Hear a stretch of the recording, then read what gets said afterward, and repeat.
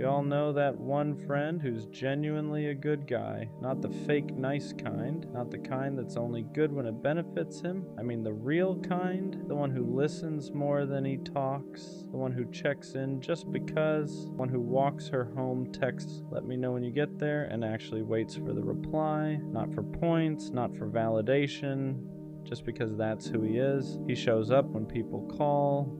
He remembers small details. He gives effort without keeping score.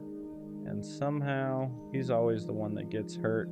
Girls say they want a good guy. They say they're tired of games, tired of being treated wrong. But when a good guy actually shows up, he gets pushed to the side, kept around just in case, treated like an option instead of a choice. He gets left on red, gets mixed signals, gets told, "You're amazing, just not right now." And then one day, he watches her choose someone who won't even do half of what he did. And the worst part? He doesn't complain about it, he jokes it off, acts like it doesn't bother him, plays it cool. But if you're paying attention, you see the change. He laughs less, questions himself more, starts wondering if being genuine is the problem.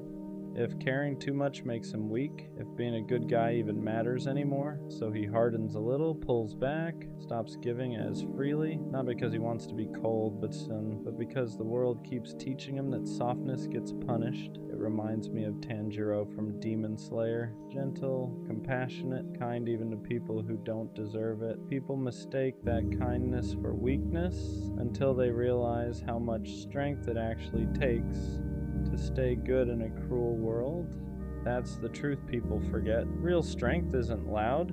It doesn't dominate. It doesn't need to prove itself. Real strength is staying kind when life gives you every reason not to be. So if you know a guy like that, be there for him. Remind him that his heart isn't a flaw, that being good isn't something he needs to outgrow, because one day someone is going to see him, really see him, and they won't make him pay for the damage done by people who couldn't handle his heart. And when that happens, being a good guy will finally feel worth it. What people don't realize is how early the good guy starts changing himself without even noticing. At first it's small, he replies a little slower, he stops double texting, he thinks twice before doing something thoughtful because he's scared it'll be taken the wrong way, not appreciated, or worse, ignored.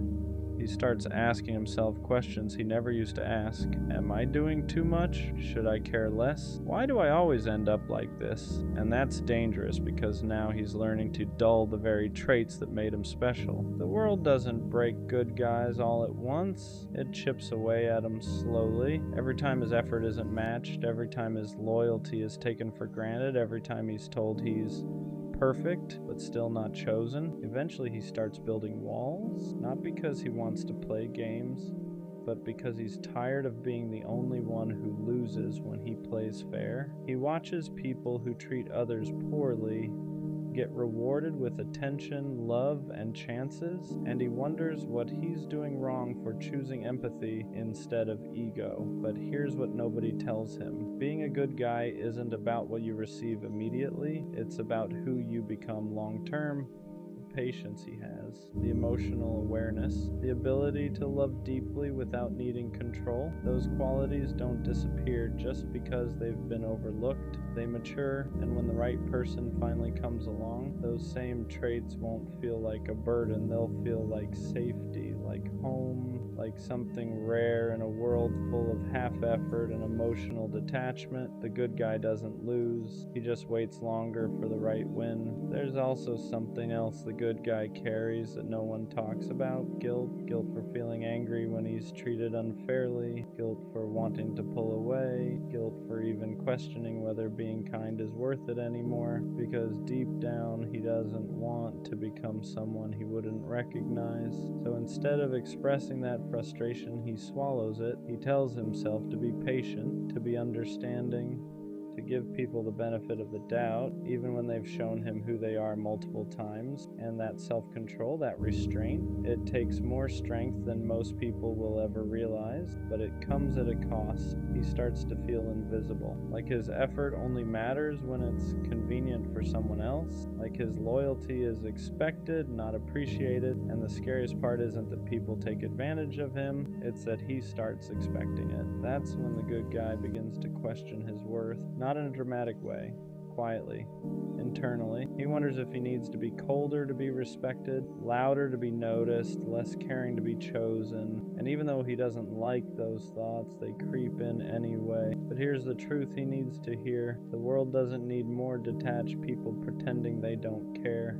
It needs more people who choose kindness, even when it's inconvenient. More people who know how to love without manipulation. More people who stay solid when everything around them feels fake. The good guy isn't weak for feeling deeply. He's strong for not letting pain turn him into something he's not. And one day that integrity will matter more than all the times he was overlooked. At some point, the good guy has to learn a hard lesson. Being kind doesn't mean being available to everyone. Being loyal doesn't mean tolerating disrespect. And having a good heart doesn't mean you owe it to people who keep proving they don't know how to handle it. This is usually the stage where he starts choosing himself. Not in a selfish way, not in a bitter way, but in a quiet, self-respecting way. He stops chasing people who only reach out when it's convenient. He stops over-explaining his intentions.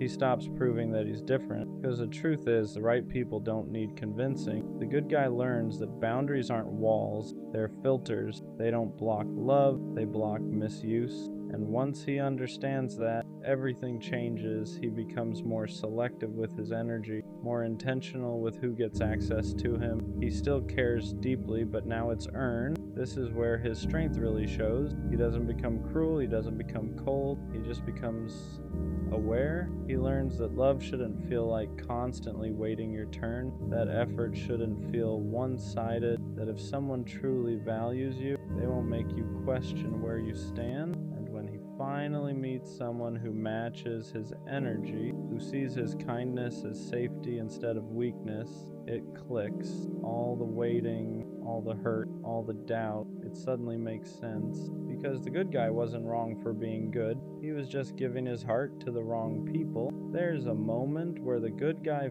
finally realized something important. He was never meant to be understood by everyone. His way of loving was never designed for people who thrive on attention, chaos, or option. It was meant for someone who values depth, consistency, and intention. And once that clicks, he stops feeling ashamed of who he is. He understands now that not everyone deserves access to his softness, that some people only know how to take, not receive. And that doesn't make him naive, it makes him discerning. He doesn't need to change his heart, he just needs to protect it better. The good guy learns how to walk away without guilt, not because he stopped caring, but because he started caring about himself too.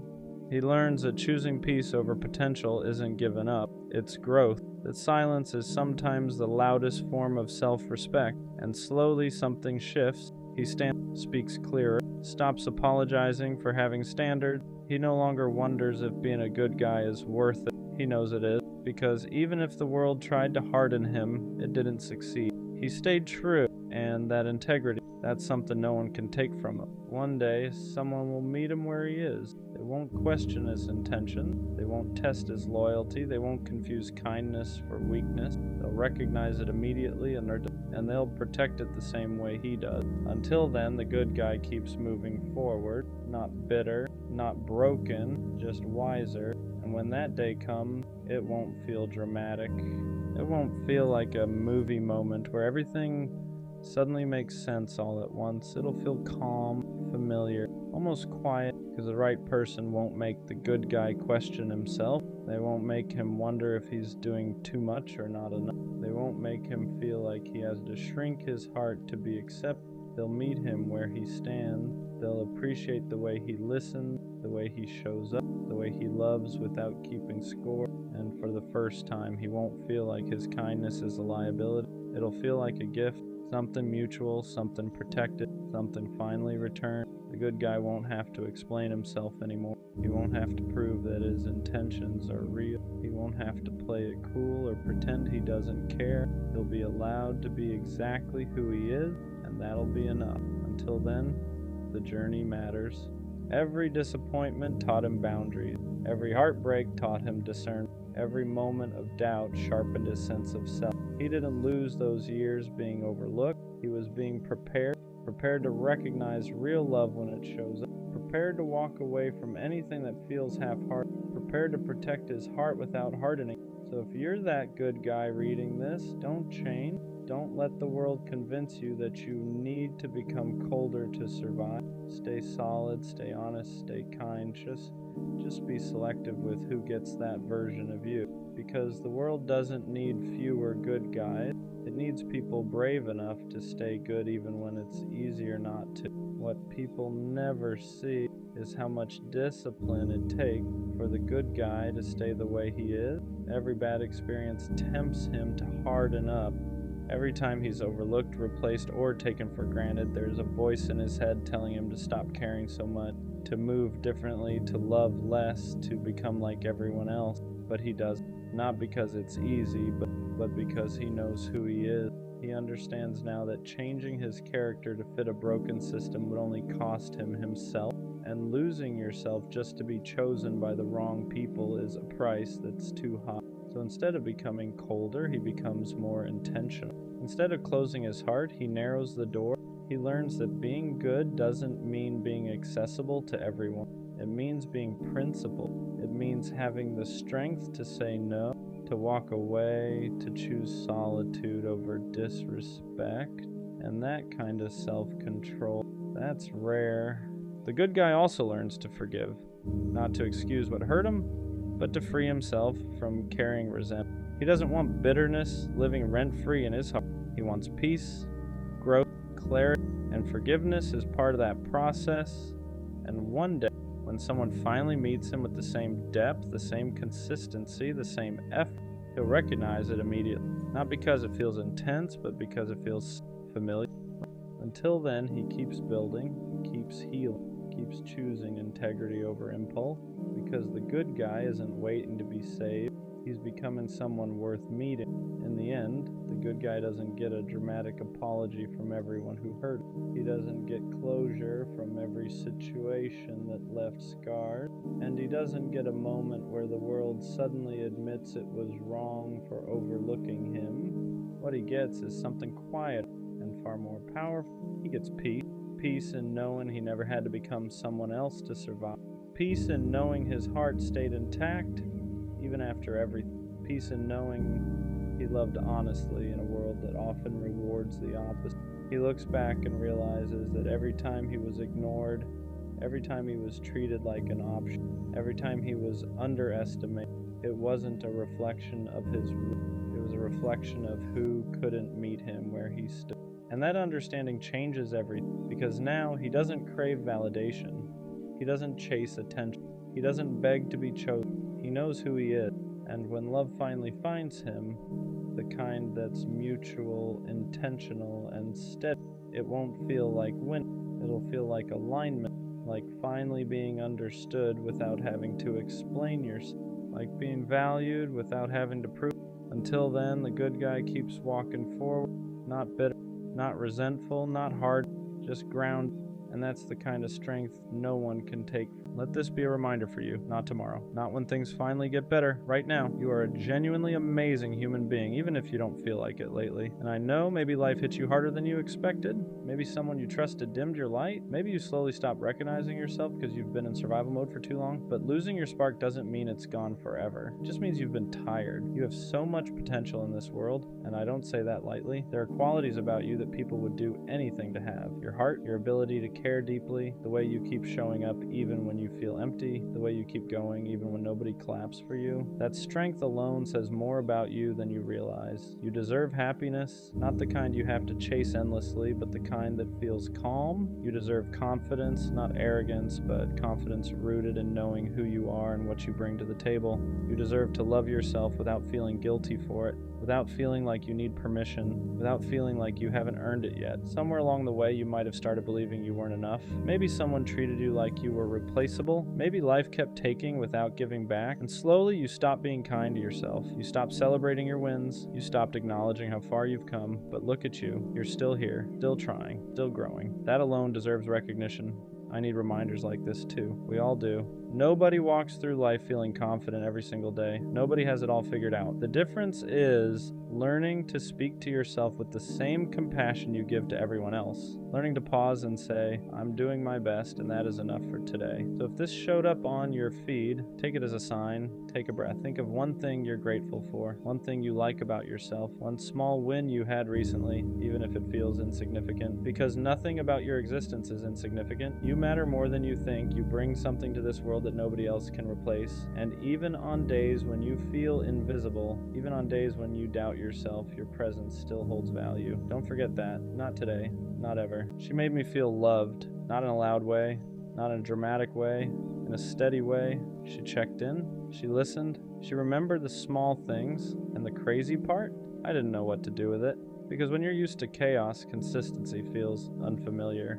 When you're used to chasing, being chosen feels suspicious. She wasn't confusing, she wasn't distant, she wasn't playing games. She was just there.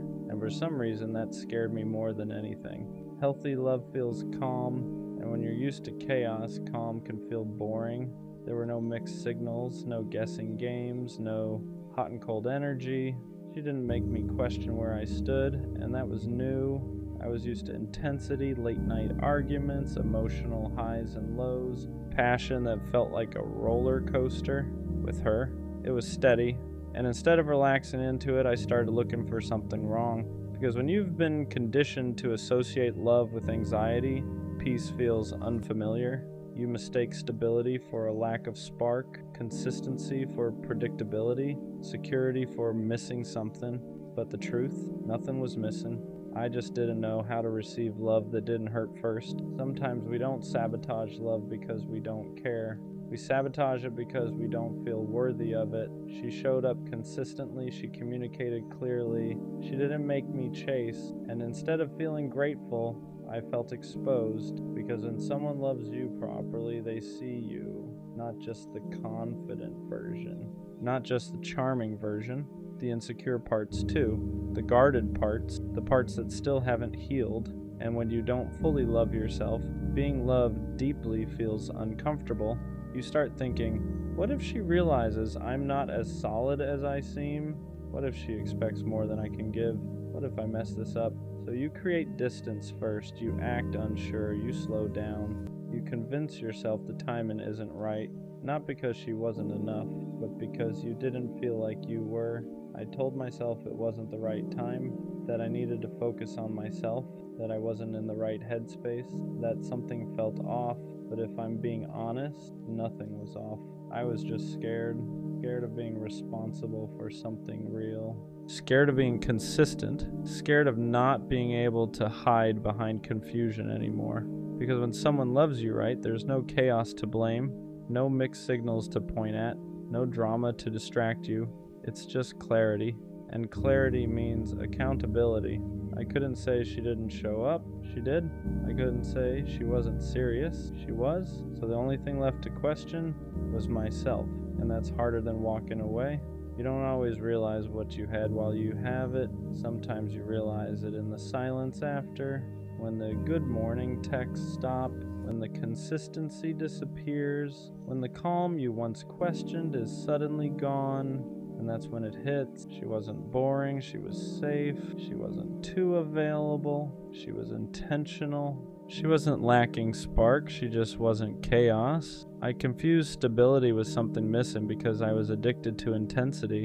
And now that it's quiet, I see it clearly. She wasn't asking for too much. She was offering exactly what I claimed I wanted, and the hardest part is realizing she didn't leave because she didn't care. She left because I hesitated.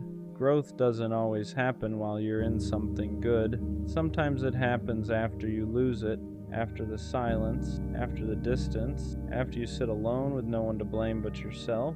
That's when reflection hits differently. You replay conversations, moments you brushed off, times she asked for reassurance and you gave her half answers, not because you didn't care, but because you weren't mature enough yet to handle something healthy. And the painful part, you finally become the version of yourself that she needed, clearer, more emotionally aware, more ready, but she's not there anymore. And that's the lesson. Sometimes the right person meets you at the wrong version of yourself, and losing them is what forces you to grow. Now the question is different. Do I reach back out, or do I let her have the peace I couldn't give her before because missing someone isn't the same as being ready for them? Regret can feel like growth, loneliness can feel like clarity, but are you actually different, or do you just miss how she made you feel? That's the part nobody talks about. It's easy to want someone back when you finally understand their value. It's harder to admit you might still not be the version they deserve. Reaching out isn't about easing your guilt. It's about being certain you won't repeat the same pattern. Because if she loved you right once, she deserves someone who can love her right back. And if that's finally you, then show up differently. If it's not, let her be loved properly by someone who was ready the first time. Being ready isn't about having your life perfect. It's about emotional responsibility. It's about being able to communicate without shutting down, being consistent without feeling trapped, being vulnerable without running when it gets real. I thought being ready meant having money right, career right, timing right, but she didn't need perfection. She needed presence. She needed reassurance without having to beg for it. She needed clarity without having to decode it. She needed someone who didn't confuse peace with boredom. And the truth, I wasn't emotionally disciplined enough. I like being loved, but I wasn't ready to love back at the same level. And that's the difference. Being ready means you don't just enjoy the love, you reciprocate it fully. Was losing her a mistake, or was it a lesson I had to learn the hard way? At first it felt like a mistake, like I let something rare slip through my hands, like I fumbled the one person who actually showed up right. But the more I sat with it, the more I realized something. If I wasn't ready, I would have hurt her eventually. Not intentionally, not maliciously, but through inconsistency, through hesitation, through emotional immaturity. And she didn't deserve that. Sometimes the loss isn't punishment, it's preparation. Preparation to become the version of yourself who doesn't run from healthy love, who doesn't confuse peace with boredom, who doesn't sabotage stability. Maybe she wasn't meant to stay forever. Maybe she was meant to show me what real love looks like, so I'd stop settling for less and stop being less. And that doesn't erase the regret, but it gives it meaning. Will she ever know how much she meant to me? Probably not in the way she deserved, because when she was loving me out loud, I was loving her quietly. When she was certain, I was unsure. When she was present, I was half in. And now that I finally understand her value, it's in hindsight. But here's what I do know. She raised my standard, not just for what I want, but for who I need to be. She showed me that love doesn't have to be chaotic to be real, that consistency isn't boring, that reassurance isn't weakness, that stability is rare, and maybe she'll never know how much she changed me. Maybe she'll never know that losing her is what forced me to grow. But one day, when I love someone the right way, fully, clearly, consistently, a part of that will be because of her, because she loved me right, even when I wasn't ready, and that's something I'll always respect. I stayed loyal, even when it got hard, even when we were arguing more than laughing, even when my friends were telling me I deserved better, even when I felt unappreciated. I stayed, not because I didn't have options, not because I couldn't walk away, but because when I commit fully. Loyalty isn't something I switch on and off depending on how I feel that week. It's a decision, and I made it. I ignored distractions. I curved attention. I shut down conversations that crossed boundaries, not because I was scared of getting caught, but because I respected what we had. So when I found out she didn't stay loyal, it didn't just hurt, it confused me, because how do two people sit in the same relationship and value it completely differently? The part that messed with me wasn't just the betrayal, it was a realization that while I was protecting us, she was exploring her options. While I was defending her name in rooms she wasn't in, she was entertaining someone else's attention. While I was shutting down temptation quietly, she was responding to it. And that imbalance hits deeper than people realize, because loyalty isn't loud. You don't get applause for it.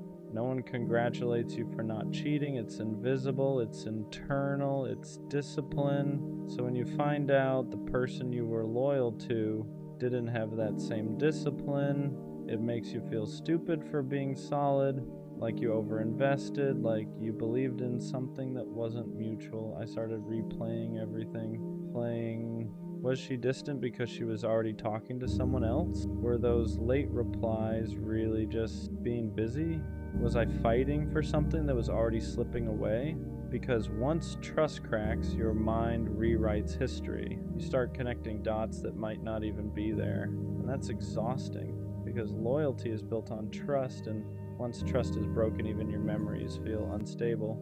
I wasn't perfect, but I was faithful. And that matters, because loyalty isn't about being flawless, it's about being intentional. It's about choosing your partner even when temptation is available. It's about respecting boundaries even when no one is watching. And I did that, she didn't. What hurts the most is knowing I would have never done that to her. I wouldn't have risked what we built for a moment of validation. I wouldn't have jeopardized long-term trust for short-term attention, because I understood the weight of betrayal, and she didn't treat it like it was heavy. That's what breaks something inside you, not just the act, the carelessness, because cheating isn't always about love disappearing. Sometimes it's about discipline disappearing. And if someone lacks discipline and loyalty, they'll lack it when things get hard too. For a while I questioned myself. Was I too available, too forgiving, too trusting? Did my loyalty make me predictable? Because when you get betrayed, your brain tries to find ways to avoid feeling powerless again. But here's the truth. My loyalty wasn't weakness, it was character. And her disloyalty wasn't power, it was immaturity. There's a difference. One requires strength, the other requires impulse. People think being cheated on makes you look foolish, but the real foolishness is betraying someone who was solid. I lost someone who didn't value loyalty. She lost someone who actually lived by it. And those are two very different losses, because I can recover, I can heal, I can rebuild. But replacing someone who is genuinely loyal, that's harder than people think. I don't regret staying loyal, even knowing how it ended, because my character doesn't shift based on someone else's behavior. I don't cheat because I'm angry. I don't entertain options because I'm bored. I don't step out because things feel heavy. If I'm unhappy, I leave. I don't betray, and that standard stays with me, not for her, for me. The scary part after betrayal is this: you start wondering if loyalty is even worth it, if everyone cheats eventually, if trusting deeply just makes you vulnerable. But I refuse to let someone else's lack of integrity change mine, because loyalty isn't outdated, it's rare. And rare doesn't mean foolish, it means valuable. She didn't stay loyal, but that says nothing about my worth. It says everything about her discipline, her boundaries, her emotional maturity. Because if someone can look at loyalty and still step outside it, they were never anchored. And I don't want someone who floats when things get tested. I want someone who stands. I stayed loyal, even when it was inconvenient, even when it was tempting not to, even when I felt underappreciated, and I'll stay that way. Not because everyone deserves it, but because I deserve to be someone who lives by principle. She didn't stay loyal, and that hurt, but I'd rather be the one who was solid than the one who couldn't hold a commitment. Because loyalty doesn't make you weak, it makes you rare, and one day someone will recognize that instead of testing it. I don't think love works anymore, not the way it used to, not the way we were told it would, because everything about it feels fragile now. disposable, temporary. I used to believe love was something you built and protected, something you chose every day, something that got stronger the more you worked through it. Now it feels like something people try on, like an outfit, like a phase, like something that lasts until it becomes inconvenient. And maybe that's just my experience talking. Maybe I'm jaded, maybe I'm tired, but it's hard not to feel this way when you've watched effort get ignored, loyalty get tested, and consistency get replaced with excitement. It feels like the people who care the most lose the fastest. The ones who communicate openly get labeled too much. The ones who stay calm get called boring. The ones who try to build something stable get overlooked for something unpredictable. And I don't understand when stability became unattractive. When did peace start feeling dull? When did consistency start feeling optional? When did love turn into a competition of who cares less? Because that's what it feels like now. Who replies slower? Who shows less emotion? Who keeps more options open? Who can detach quicker? It feels like the winner in modern love is the one who invests the least, and that doesn't make sense to me, because love was never supposed to be strategic. It was supposed to be mutual. It was supposed to feel safe. It was supposed to feel intentional. But now, it feels like leverage. It feels like power dynamics. It feels like emotional poker, and I'm tired of pretending that doesn't affect me. I don't want to play games. I don't want to pretend I don't care just to protect myself. I don't want to withhold affection just to maintain mystery. But every time I show up genuinely, it feels like I lose. And after enough losses, you start questioning the system, not yourself, the system. Because if doing things the right way keeps ending the wrong way, you start wondering if the rules changed, and maybe they did. Social media makes everyone feel replaceable. Dating apps make options endless. Attention is constant. Validation is everywhere, so commitment feels outdated. Why work through something uncomfortable when you can scroll into something new? Why communicate through confusion when you can ghost and reset? Why fix when you can replace? And I hate that mindset, but I see it everywhere. And after a while, it makes you wonder if love is even designed to last in this environment. If loyalty is rare, if depth is rare, if patience is rare. And when something is rare, it's harder to find. And when it's harder to find, you start feeling like maybe it doesn't work anymore. Not because love isn't real, but because people aren't built to sustain it. And that's the scariest thought, because I don't want to become cold.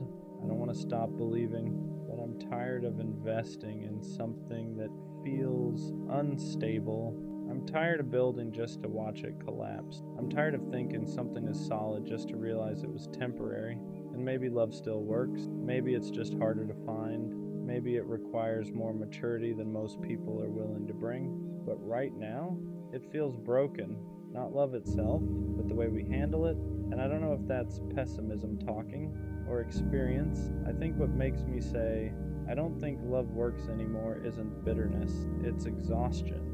Because every time I try to approach it the right way, intentional, honest, consistent, it feels like I'm bringing depth into a space that rewards detachment. And after a while, you start feeling like you're built wrong for this era.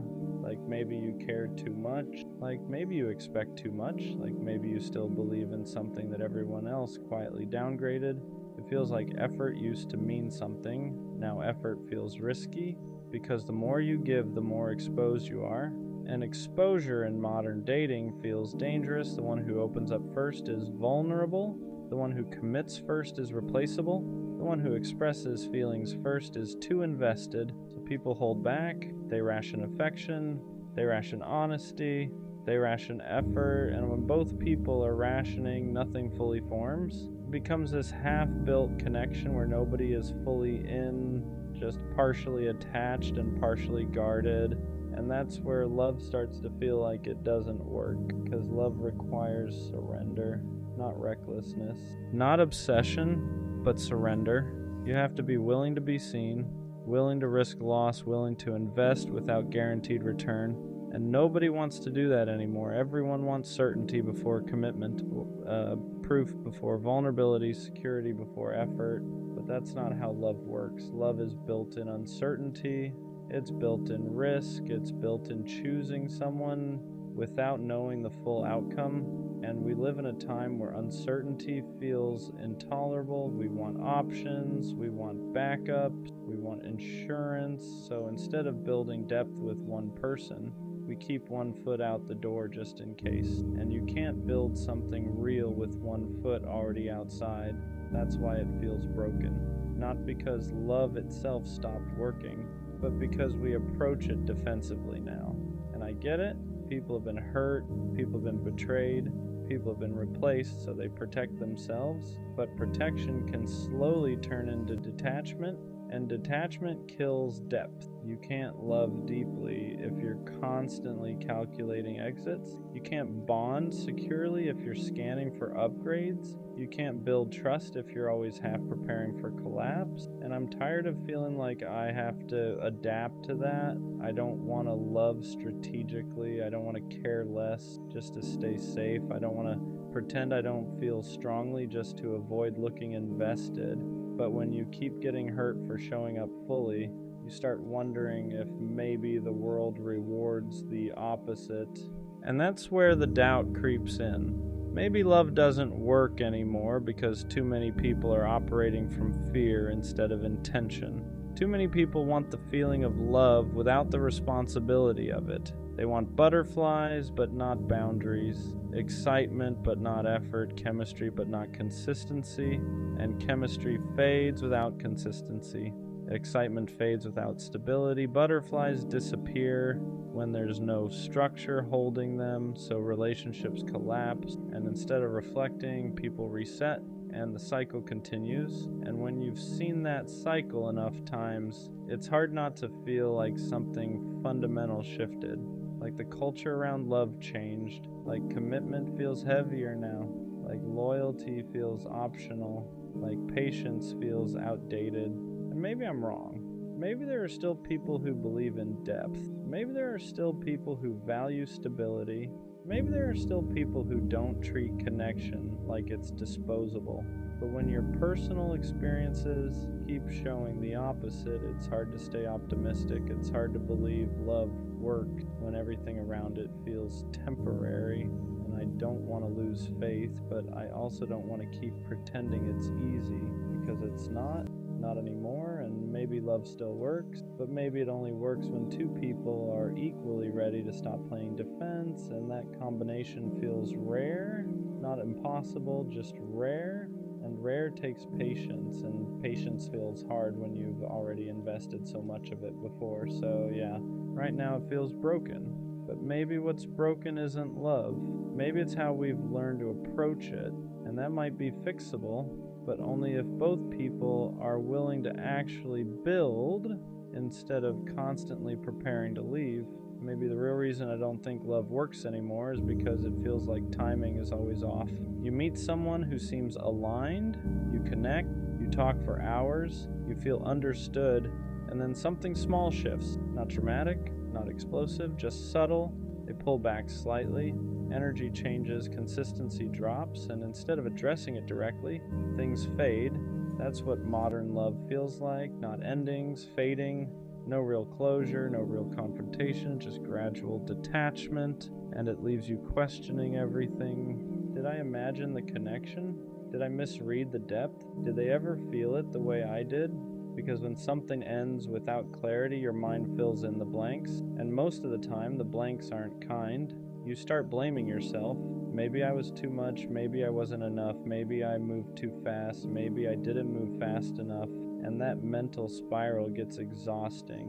Love starts feeling like a puzzle with missing pieces. Like no matter how carefully you approach it, something unpredictable shifts. And maybe that unpredictability is what makes it feel broken, because love requires stability to grow.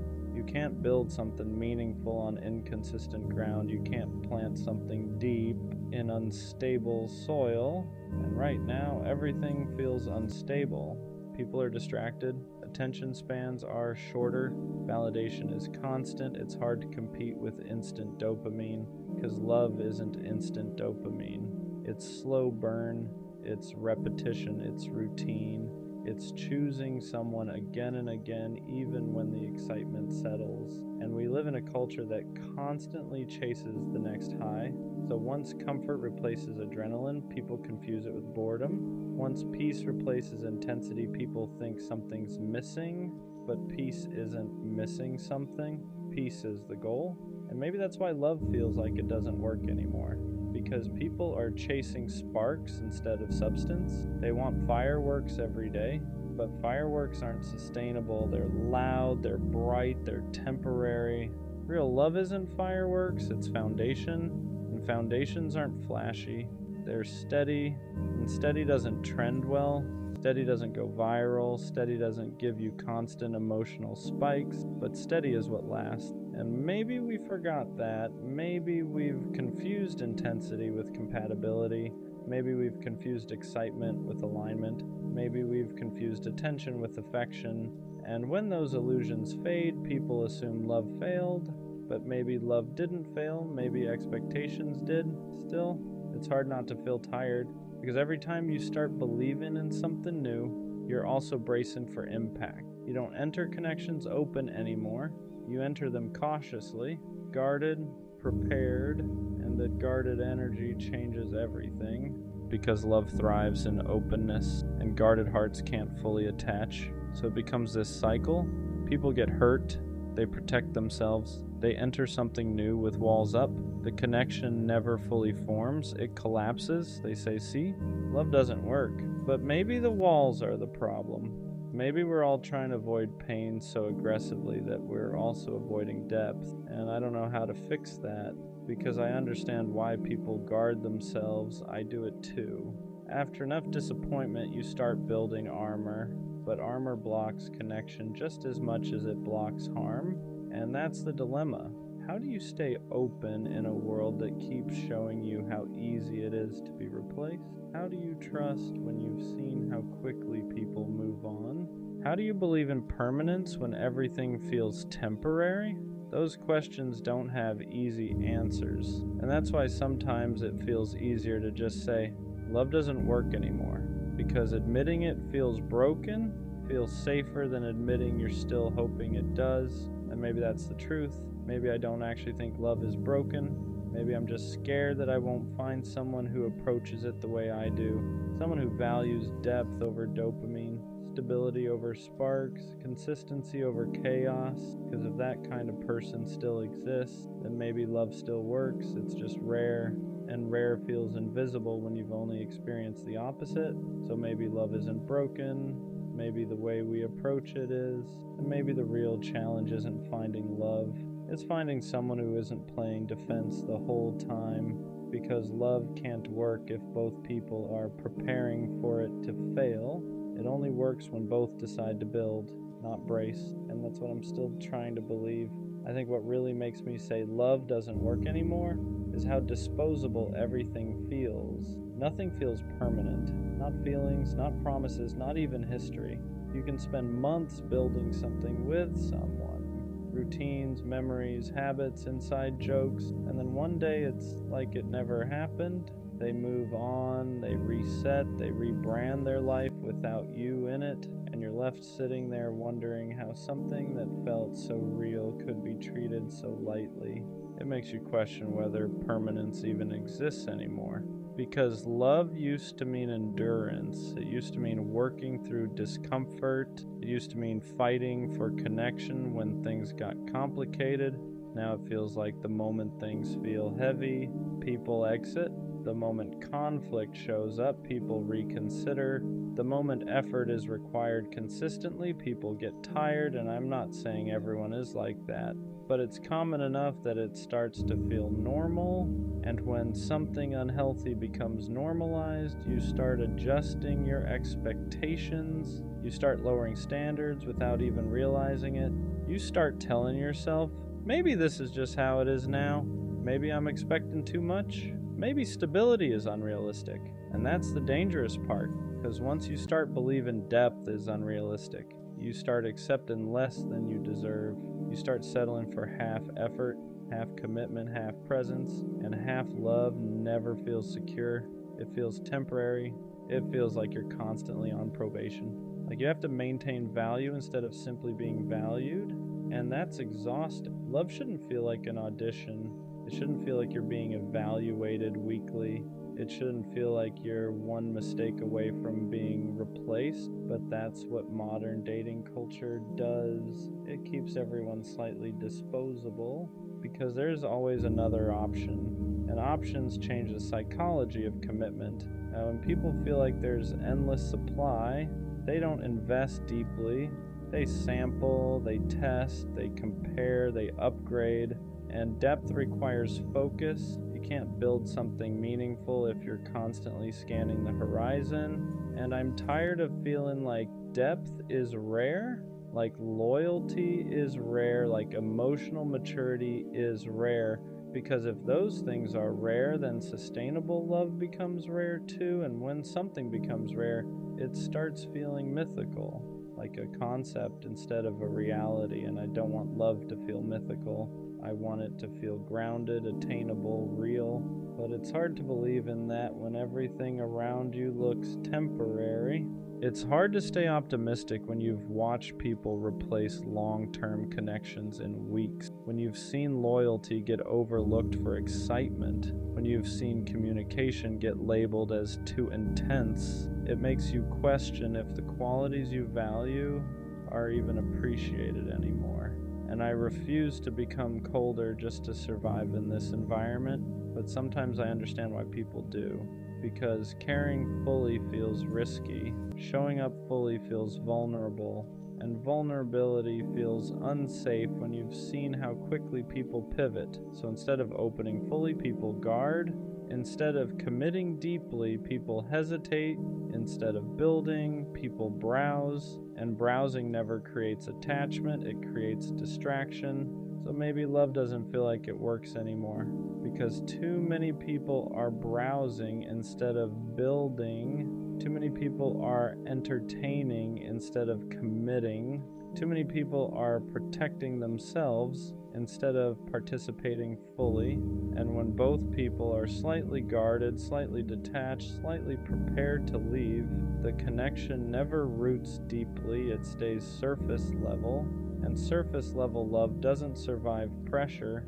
It collapses the moment something real tests it. And that collapse reinforces the belief, see, love doesn't work. But maybe love isn't failing. Maybe it's just not being handled properly. Maybe it requires two people who are equally tired of games, equally tired of ego, equally ready to stop scanning and start building. And that combination is rare. Not impossible, just rare. And when something is rare, it takes time to find. But when you've already waited, already invested, already tried, it's hard not to feel discouraged. It's hard not to say, maybe this just doesn't work anymore. Because hope feels heavy when you've carried it through disappointment repeatedly. Still, there's a small part of me that refuses to fully give up, not because I haven't been hurt, but because I know what depth feels like, and I know I'm capable of giving it. So maybe love doesn't feel broken, maybe it just feels misaligned.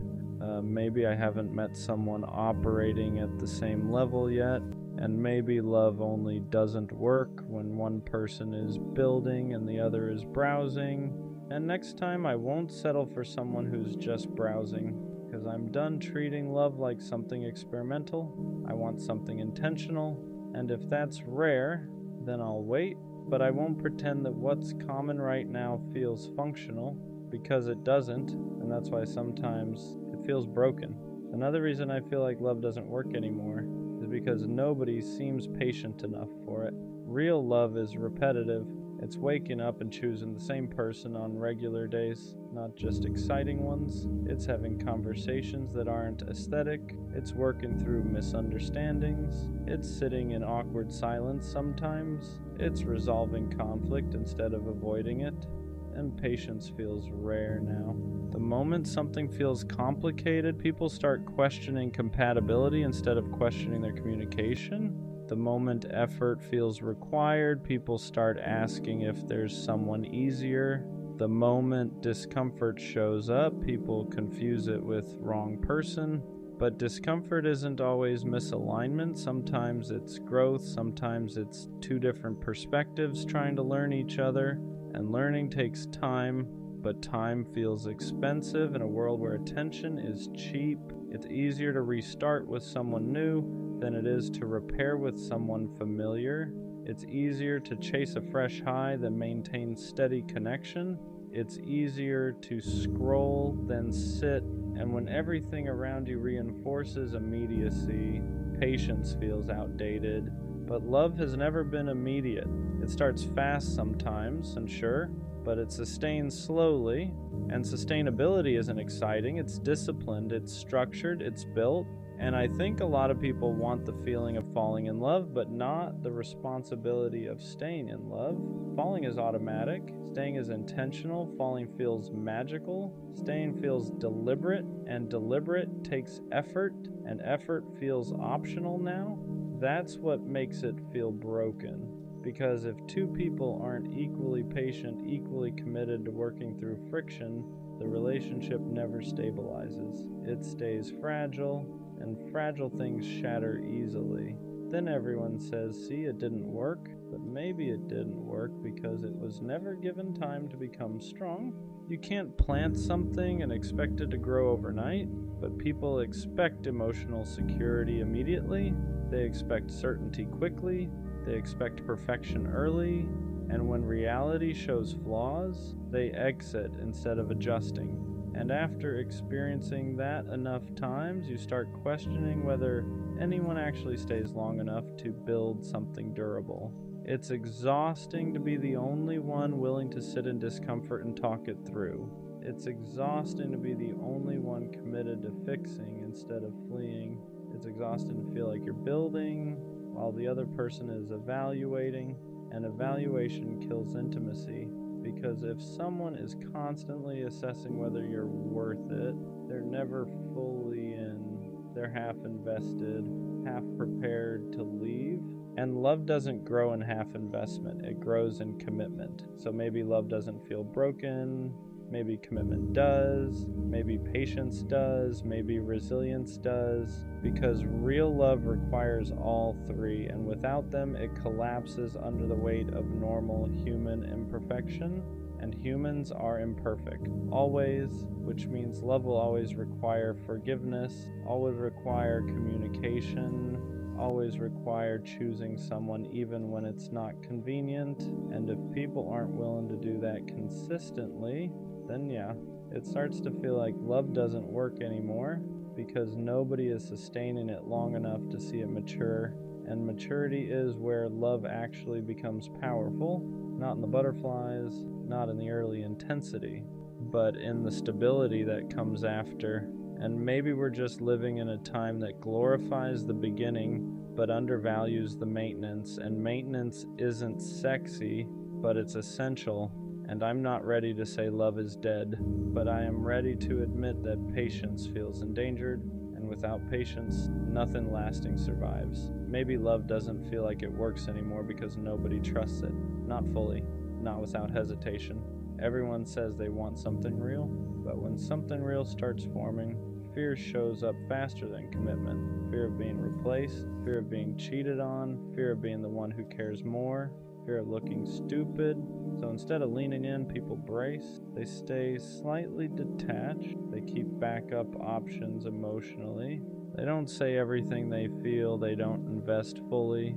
And when two people are both protecting themselves at the same time, nothing deep ever roots. It becomes this cautious connection where both are waiting for the other to prove something first. Show me you won't leave. Show me you're serious. Show me I'm safe. But safety doesn't come from interrogation. It comes from participation. And participation requires risk. That's the part that feels lost now. Nobody wants to risk looking foolish for love, but love has always required that. You have to be willing to look foolish, to say I care first, to show up consistently even when you don't know the outcome, to invest without a guarantee, and guarantees don't exist. So instead of risking vulnerability, people risk nothing. They test, they observe, they calculate, they delay emotional investment until it feels secure.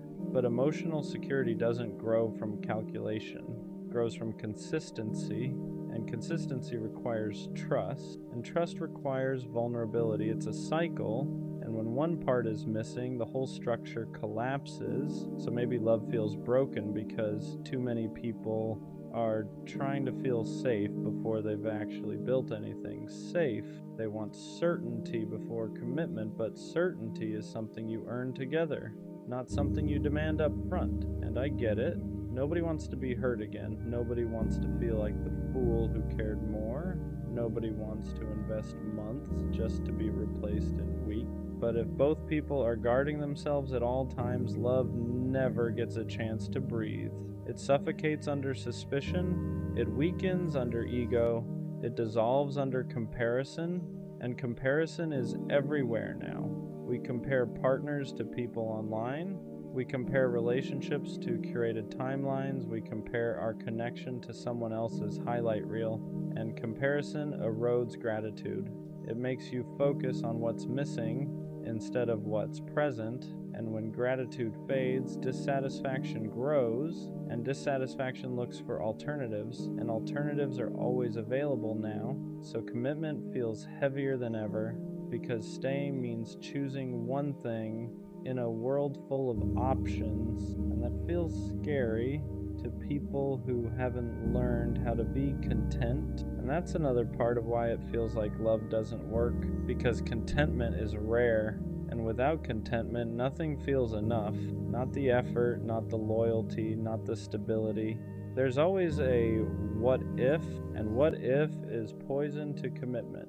What if there's someone better? What if I'm settling? What if this isn't the highest version of love? But love isn't about maximizing, it's about choosing. And choice requires focus, and focus requires discipline. And discipline isn't romanticized anymore. Excitement is, intensity is, instant chemistry is. But chemistry alone can't sustain anything. It ignites, it doesn't stabilize, and maybe that's why love feels like it fails. Because people confuse ignition with foundation. They fall fast, they burn bright, they collapse quickly. And then they say, see? Love doesn't work. But maybe what didn't work was patience. Maybe what didn't work was emotional maturity. Maybe what didn't work was two people being equally willing to commit without constantly scanning for something better. I don't think love stopped working. I think standards changed. I think attention got divided. I think ego got louder. And I think fear got stronger.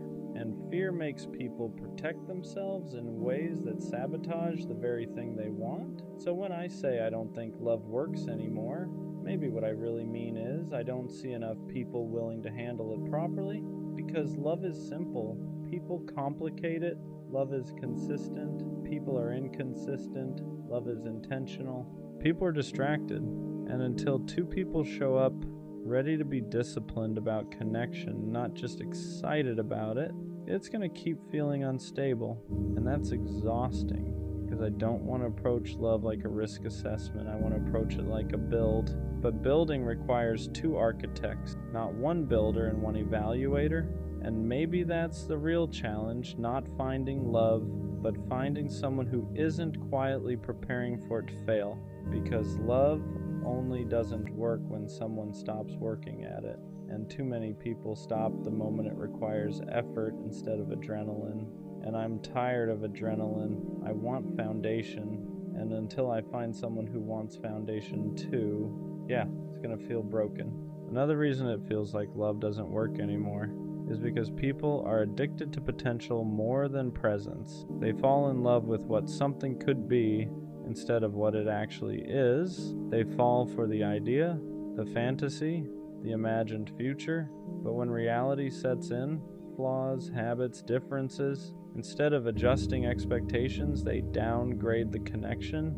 It's like people want perfection in a human body, and humans aren't perfect. So the moment imperfection shows up, doubt follows. She could be better, he could be more. This might not be the best I can get. And that mindset destroys contentment, because if you're always wondering if something better exists, you'll never water what's in front of you. You'll keep browsing instead of building. And browsing doesn't create depth, it creates comparison, and comparison slowly poisons appreciation. You stop seeing what someone does for you. You focus on what they don't. You stop valuing consistency. You crave excitement, and excitement is unstable. Love isn't built on constant excitement. It's built on reliability, and reliability feels boring if you're addicted to adrenaline. That's the uncomfortable truth. Some people don't want peace, they want chaos that feels passionate. They want intensity that feels cinematic.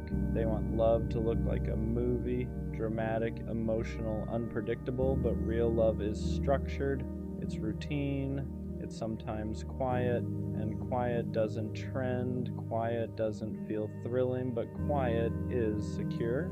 And security is rare in a world that rewards unpredictability. So when someone gives you stability, it feels unfamiliar, and unfamiliar feels uncomfortable, and uncomfortable gets labeled as not right, so they leave, and then they chase something that feels intense again, and that cycle repeats, and every time it collapses, they say, love just doesn't work for me. But maybe it's not love that's failing, maybe it's expectations, maybe it's the craving for perfection, maybe it's the refusal to accept that long-term connection requires compromise and discipline, because compromise doesn't mean settling, it means adjusting, it means understanding that no person will check every box, it means valuing depth over dopamine. And dopamine fades, depth stays, but depth requires maturity. And maturity isn't loud, it's subtle, it's calm, it's secure enough to not constantly question whether something better exists. And that kind of security feels rare right now. It feels like people want love to feel good every second, but no connection feels good every second. There are misunderstandings, bad days, moments of frustration, and if someone expects constant emotional highs, they'll leave the moment it feels neutral. And neutral isn't bad. Neutral is stable, but stability doesn't give you butterflies, it gives you peace, and peace feels unfamiliar in a culture addicted to stimulation. So yeah, sometimes it feels like love doesn't work anymore because people don't recognize it. When it's calm, they mistake chaos for chemistry. They mistake unpredictability for passion, they mistake anxiety for attraction, and healthy love doesn't feel anxious, it feels steady. But if someone's nervous system is used to chaos, steady feels boring, and boring feels wrong, so they leave something stable for something intense. And intensity fades, and the cycle repeats, and that repetition creates the illusion that love is broken. But maybe what's broken is the way people define it. Maybe love hasn't changed, maybe we have, maybe we expect too much fantasy and not enough responsibility. Maybe we want effortless depth, but depth is never effortless. It's built, maintained, protected, and protection requires discipline, and discipline isn't romanticized anymore. But without it, nothing lasts. Well, maybe love still works, but only for people who understand that it's not supposed to feel like fireworks forever. It's supposed to feel like foundation. And foundation doesn't crumble at the first sign of imperfection. It strengthens when both people decide to reinforce it. And that's the part that feels rare, not love, but two people equally ready to treat it like something sacred instead of something optional. And until that alignment happens, yeah, it's gonna keep feeling broken. And sometimes I wonder if the reason love feels broken is because people are more afraid of vulnerability than they are of loneliness. Loneliness is uncomfortable, but vulnerability feels dangerous. Loneliness just feels empty. Vulnerability feels exposing. And exposing yourself in a world where people can replace you in days feels reckless. So instead of risking being fully seen, people present edited versions of themselves, curated personalities, controlled emotions, measured effort. And when two curated versions try to connect, the connection stays surface level, because depth only forms when masks come off. And masks are safer. Masks protect ego. Masks protect pride. Masks protect image, but masks also block intimacy, and intimacy is what makes love feel alive. Without intimacy, you're just sharing space, and shared space isn't the same as shared depth. Maybe love feels broken because nobody wants to be the first one to remove the armor. Nobody wants to be the one who says, I care, without knowing if it'll be reciprocated. Nobody wants to look foolish, but love has always required risk. And if risk tolerance is low, depth tolerance is low too. And low depth means fragile connection, and fragile connection collapses under normal human imperfection. Then everyone says, see, it didn't work, but maybe it never had the chance to, because it was protected too heavily. You can't build something strong if both people are guarding themselves more than they're investing. And that guarding energy feels everywhere now. It feels like people are in relationships half committed, half prepared to exit, always scanning, always evaluating, always calculating. And calculation kills spontaneity. It kills surrender. It kills the soft parts of love, because soft parts require trust, and trust requires time, and time requires patience, and patience feels scarce. So people rush into feelings but hesitate into commitment. They want intensity without obligation, connection without responsibility, attention without accountability. And that imbalance makes everything unstable, because love isn't just emotion. It's discipline, it's consistency when things feel normal, it's showing up when excitement fades, and showing up isn't glamorous, but it's powerful. And maybe we forgot that. Maybe we've glamorized beginnings and neglected maintenance. Maybe we've romanticized sparks and ignored structure. And when structure isn't present, collapse feels inevitable. So love starts to feel broken, not because it doesn't exist, but because it isn't being handled with care. And care requires emotional maturity. And emotional maturity isn't common, it's developed. And development requires self-awareness. And self-awareness requires reflection. And reflection requires sitting with discomfort, and a lot of people avoid discomfort at all costs. So instead of reflecting, they replace. Instead of adjusting, they exit. Instead of building, they restart. And restarting feels easier than repairing. But restarting resets the lesson too, and the cycle continues. And after watching enough cycles, it's hard not to feel like love is just temporary. Like everything eventually fades, like no one really stays. But maybe the problem isn't love. Maybe it's our attention spans. Maybe it's our tolerance for imperfection. Maybe it's our fear of being fully seen. And maybe love only works when two people are brave enough to risk looking foolish for it, brave enough to commit without constant comparison, brave enough to stay when it's not cinematic, brave enough to build when it's not exciting. And that kind of bravery feels rare, but rare doesn't mean non-existent, it just means selective. And maybe the reason love feels broken to me is because I've seen too much avoidance and not enough bravery. But that doesn't mean bravery doesn't exist, it just means I haven't experienced it consistently yet. And that's frustrating, but frustration doesn't equal impossibility. It just means the standard is high, and high standards take time to align with.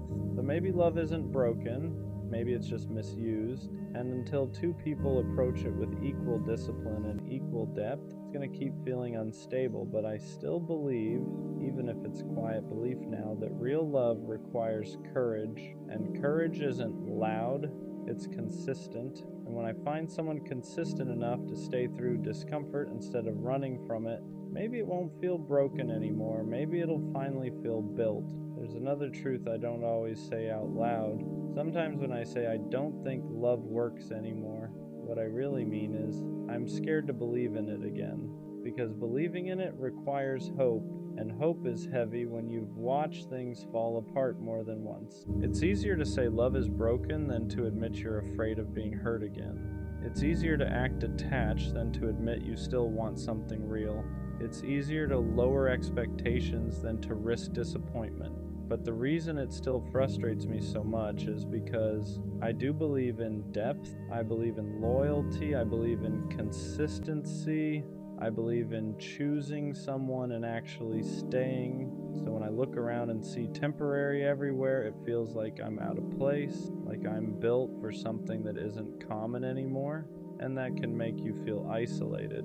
Because you start wondering if you're unrealistic, if you expect too much, if maybe you're the one who needs to adapt. But adapting to a culture that treats connection lightly feels like losing something essential, and I don't want to lose that.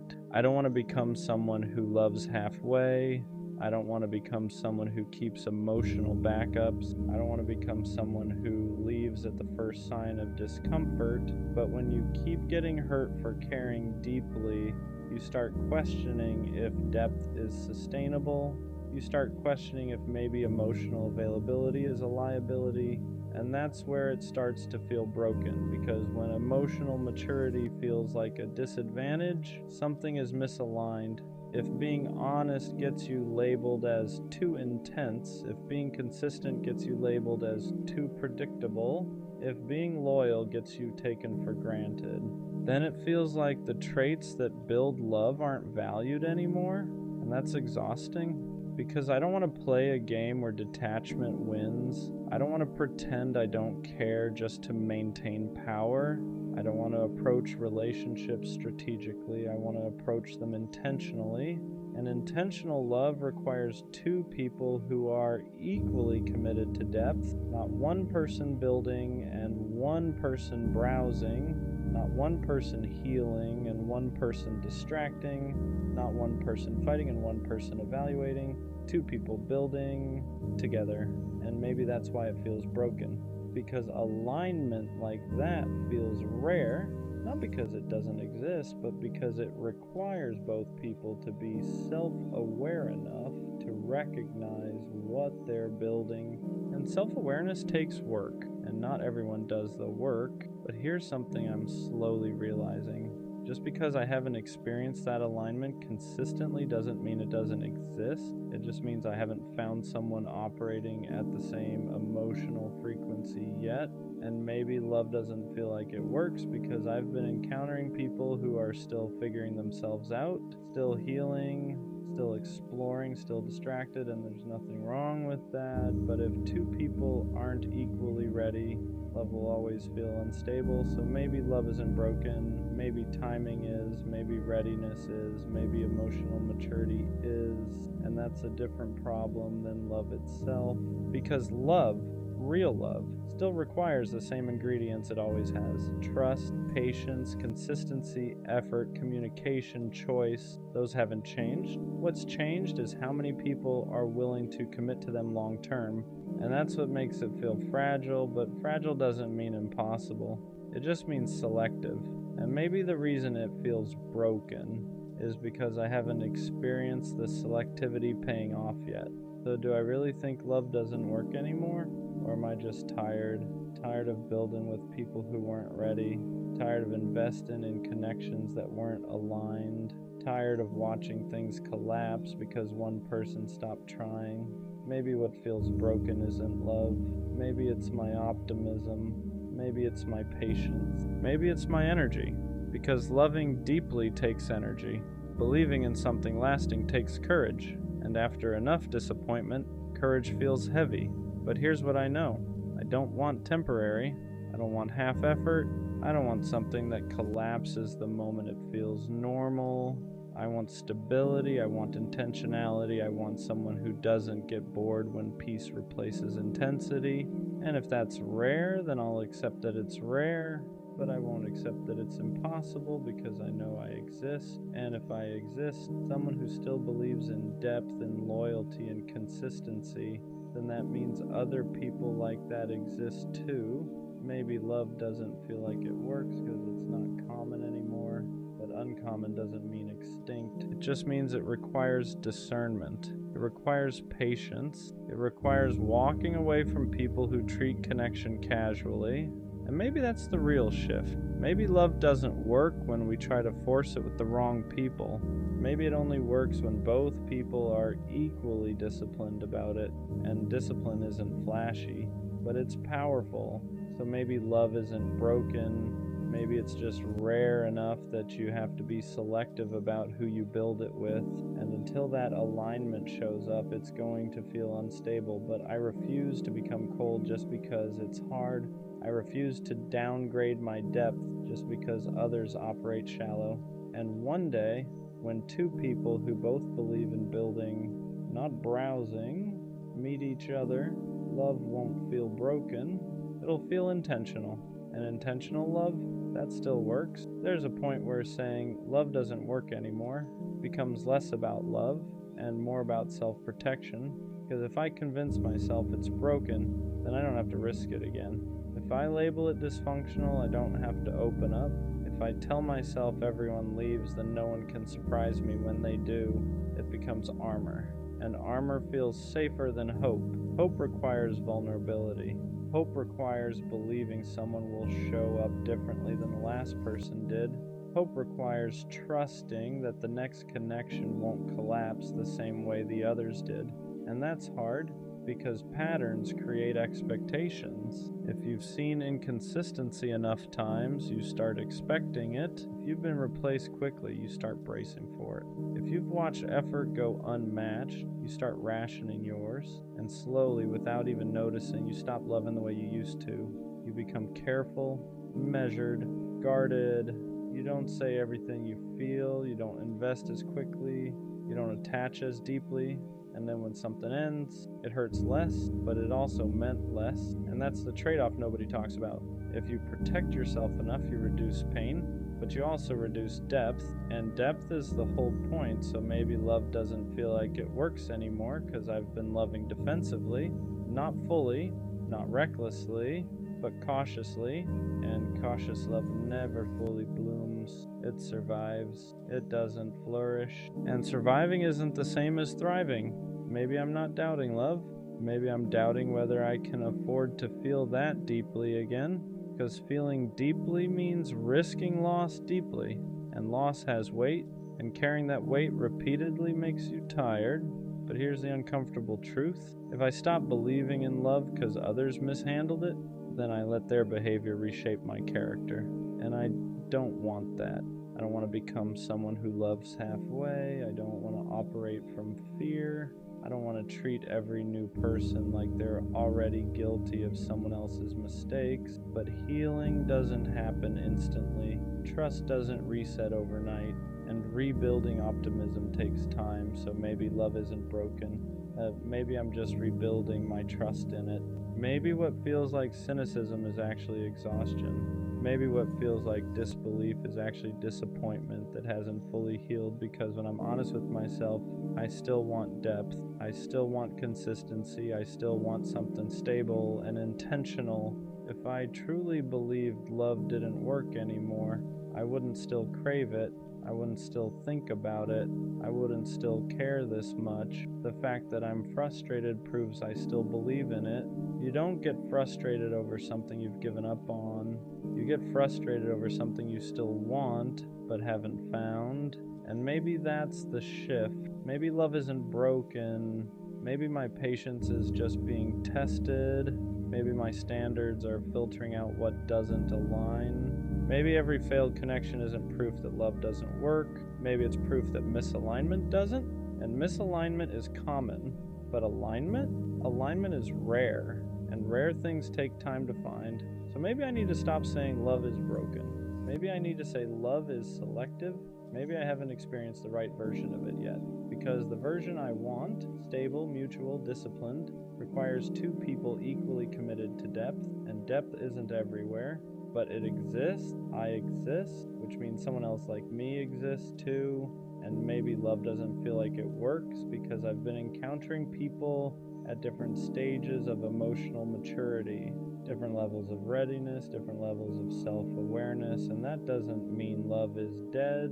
It just means timing matters, and readiness matters, and alignment matters. So yeah, some days it feels broken, some days it feels like effort goes nowhere, some days it feels like loyalty isn't valued, but deep down, I don't think love stopped working. I think I'm just tired of building with people who weren't built to stay. And that's different, because when two people are both ready, not just interested, not just attracted, but ready, love doesn't collapse easily. It stabilizes, it deepens, it roots. So maybe love isn't broken. Maybe it just requires the right two people at the right time. And until that alignment shows up, it's gonna feel unstable. But I'm not done believing in it. I'm just more careful about who I build it with, and that's growth. Not defeat. I didn't walk into this guarded, I didn't play games, I didn't keep one foot out the door. I trusted you. I trusted your words. I trusted the way you looked at me like I was safe. I trusted the version of you showed me when it was just us. And that's what hurts the most. Not that you left, but that you let me believe you wouldn't.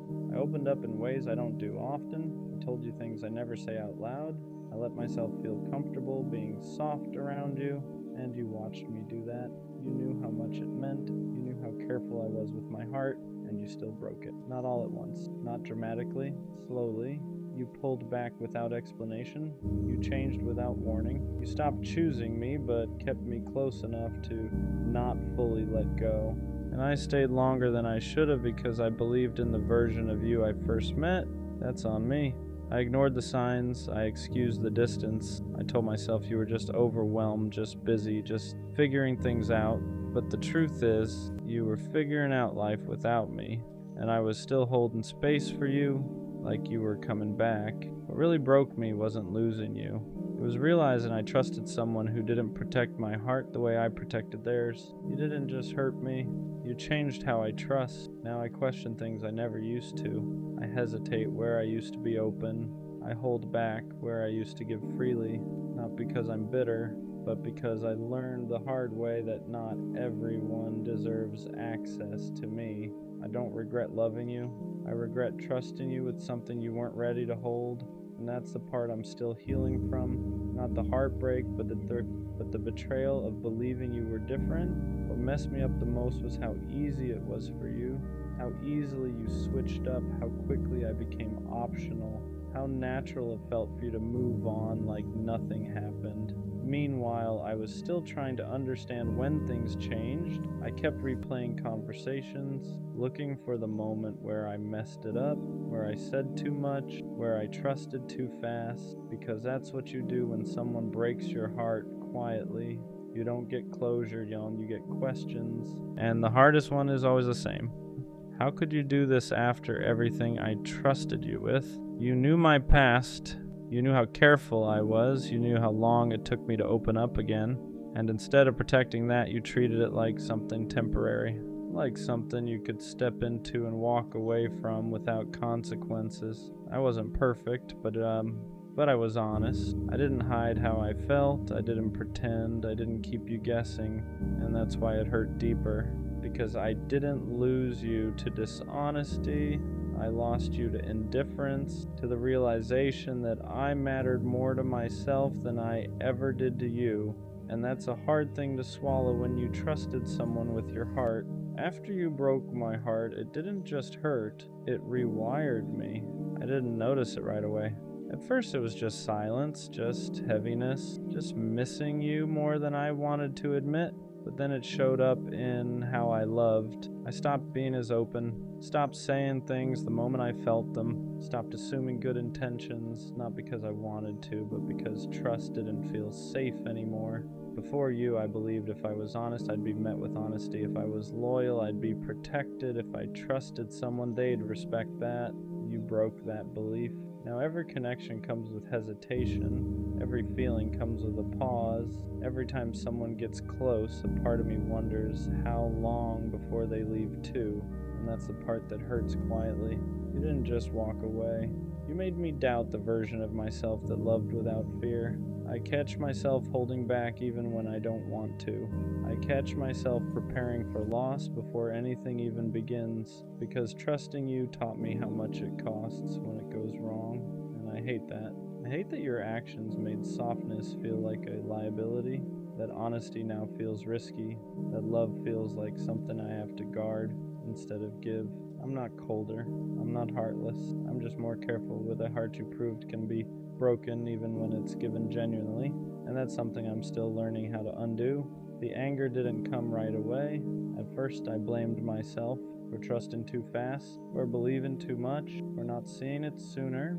But anger shows up when the fog finally clears, when you realize you didn't ask for too much, you just asked the wrong person. I wasn't wrong for trusting you. I wasn't weak for opening up. I wasn't naive for believing your words. You just didn't deserve the level of honesty I gave you. And that truth stings, because it means the pain wasn't a lesson about loving better. It was a lesson about choosing better. You knew what you were doing. You knew how much I cared. You knew how much trust cost me. And you still chose yourself without considering the damage. That's where the anger lives, not in hatred, but in clarity. In the realization that I gave real effort to someone who treated it casually, that I showed up while you slowly checked out, that I protected your feelings while you ignored mine, and I don't hate you for leaving. I'm angry because you stayed long enough to earn my trust and left like it never mattered.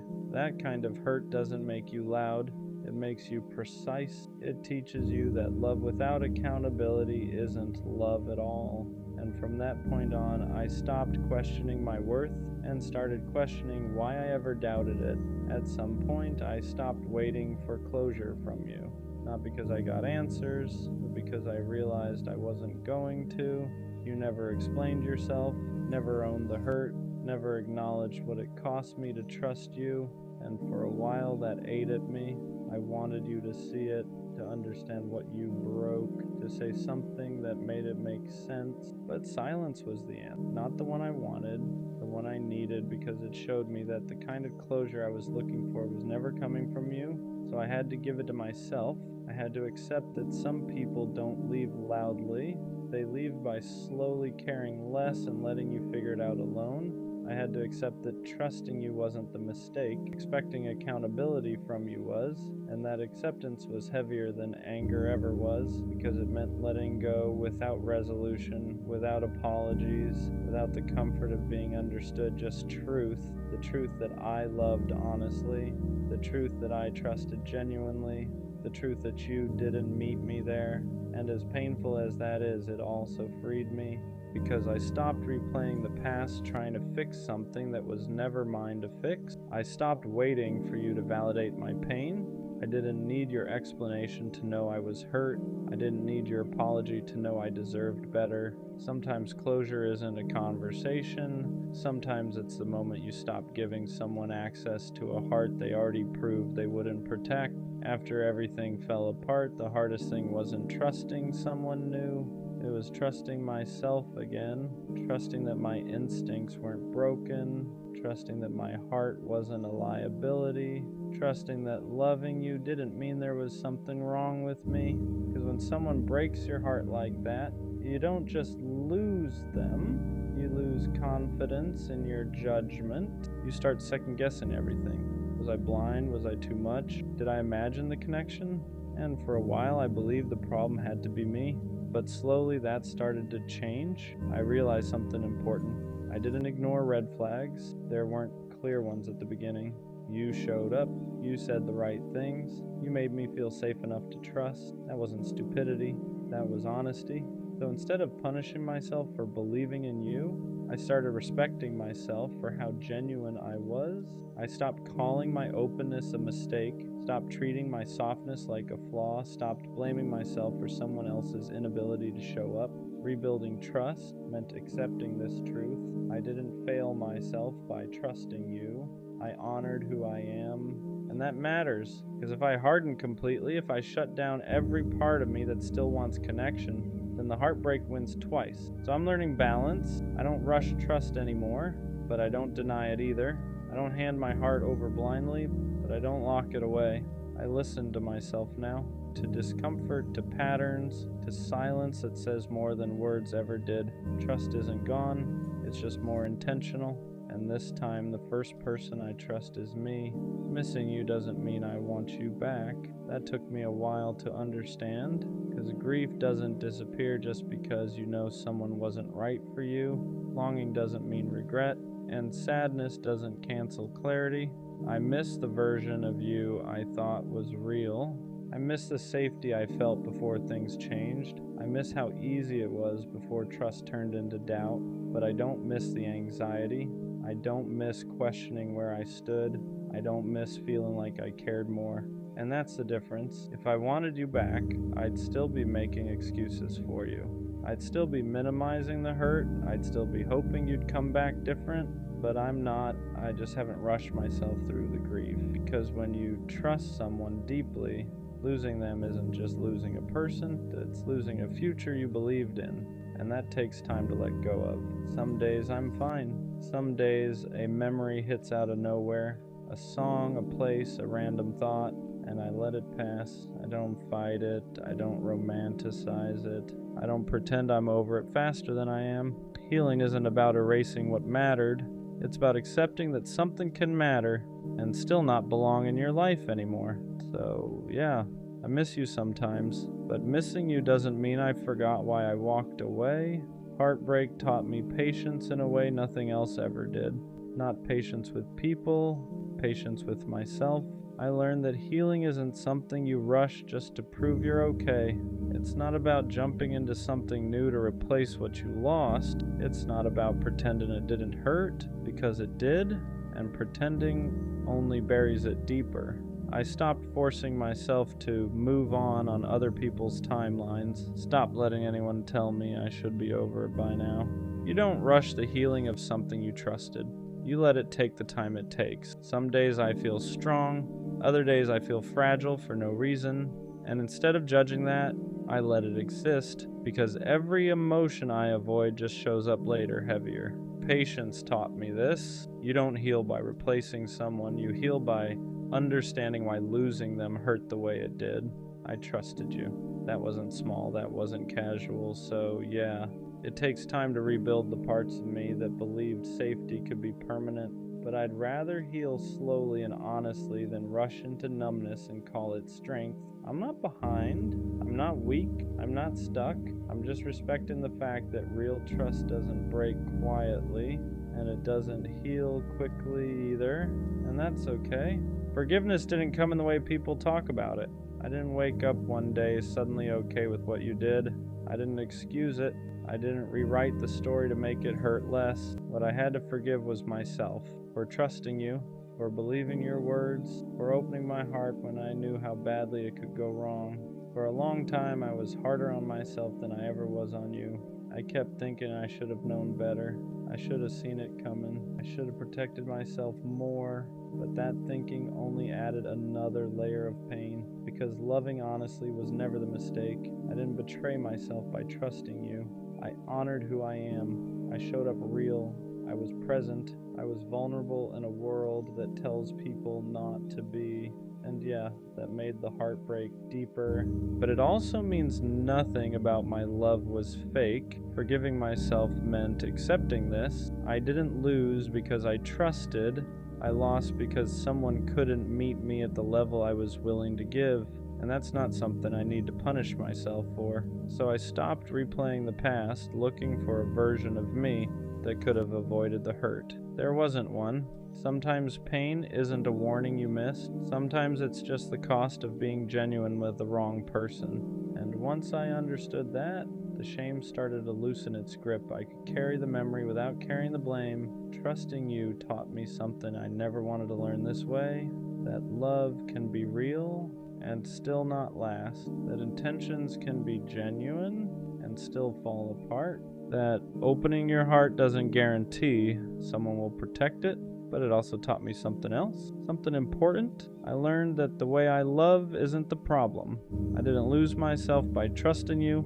I didn't fail because I believed in us. I didn't weaken myself by being honest. I showed up as who I am, and that matters. You broke my heart, but you didn't break my ability to love. You shook my trust, but you didn't erase my values. You hurt me, but you didn't define me.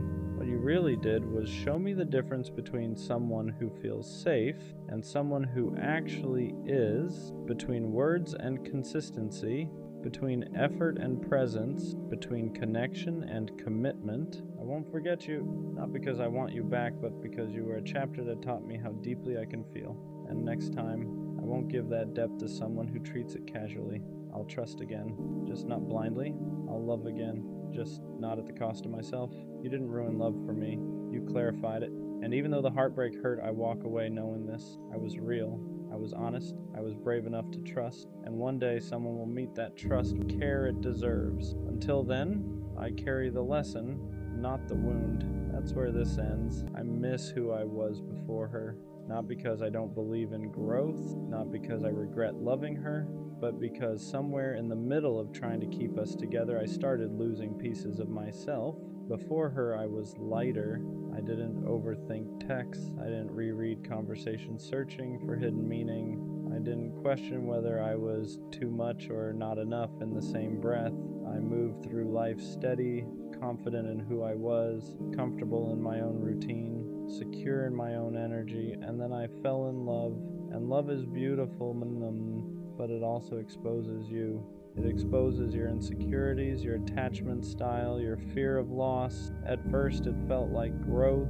I was learning to compromise, learning to communicate better, learning to open up emotionally in ways I hadn't before. But slowly, something shifted. I stopped asking what felt right for me and started asking what would keep her happy. I stopped protecting my peace and started protecting the relationship. And there's a difference, because when you constantly adjust to avoid conflict, you don't even realize you're shrinking.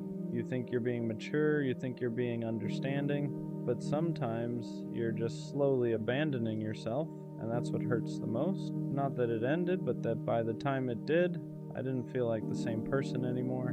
Before her, I didn't measure my worth through someone else's mood. If someone was distant, I assumed they needed space, not that I had done something wrong. If someone disagreed with me, I didn't internalize it as rejection, but with her, every shift felt personal, every silence felt loaded, every small argument felt like it could turn into something bigger, and instead of staying grounded, I started adapting, talking softer, holding back opinions, choosing peace over honesty, not because I was scared of her, but because I was scared of losing her. And when you start operating from fear instead of authenticity, you begin to change subtly. You become more careful than confident, more reactive than relaxed, more focused on maintaining connection than maintaining identity. I remember catching myself one day thinking, I wouldn't have reacted like this before. And that realization hit, because love shouldn't erase you. It should expand you. But I wasn't expanding, I was adjusting constantly. And the version of me that used to move freely was slowly becoming calculated. And I miss that freedom. I miss my peace, the kind of peace where I didn't wake up wondering how the day would feel emotionally, the kind where my phone didn't control my mood, the kind where silence wasn't threatening. Before her, I enjoyed my solitude. After her, I feared it, because I had trained myself to associate connection with validation. If we were good, I felt secure. If we were off, I felt unsettled, and that emotional dependency crept in quietly. I didn't notice it happening. I just noticed that when things ended, I felt empty in a way I hadn't before, not just because she was gone, but because I had built so much of my emotional rhythm around her. And that's when I realized I wasn't just grieving her, I was grieving myself, the version of me who didn't need reassurance to feel stable, the version of me who didn't overanalyze tone, the version of me who didn't question his value after every disagreement. That version felt strong, grounded, unshakable, and I want him back.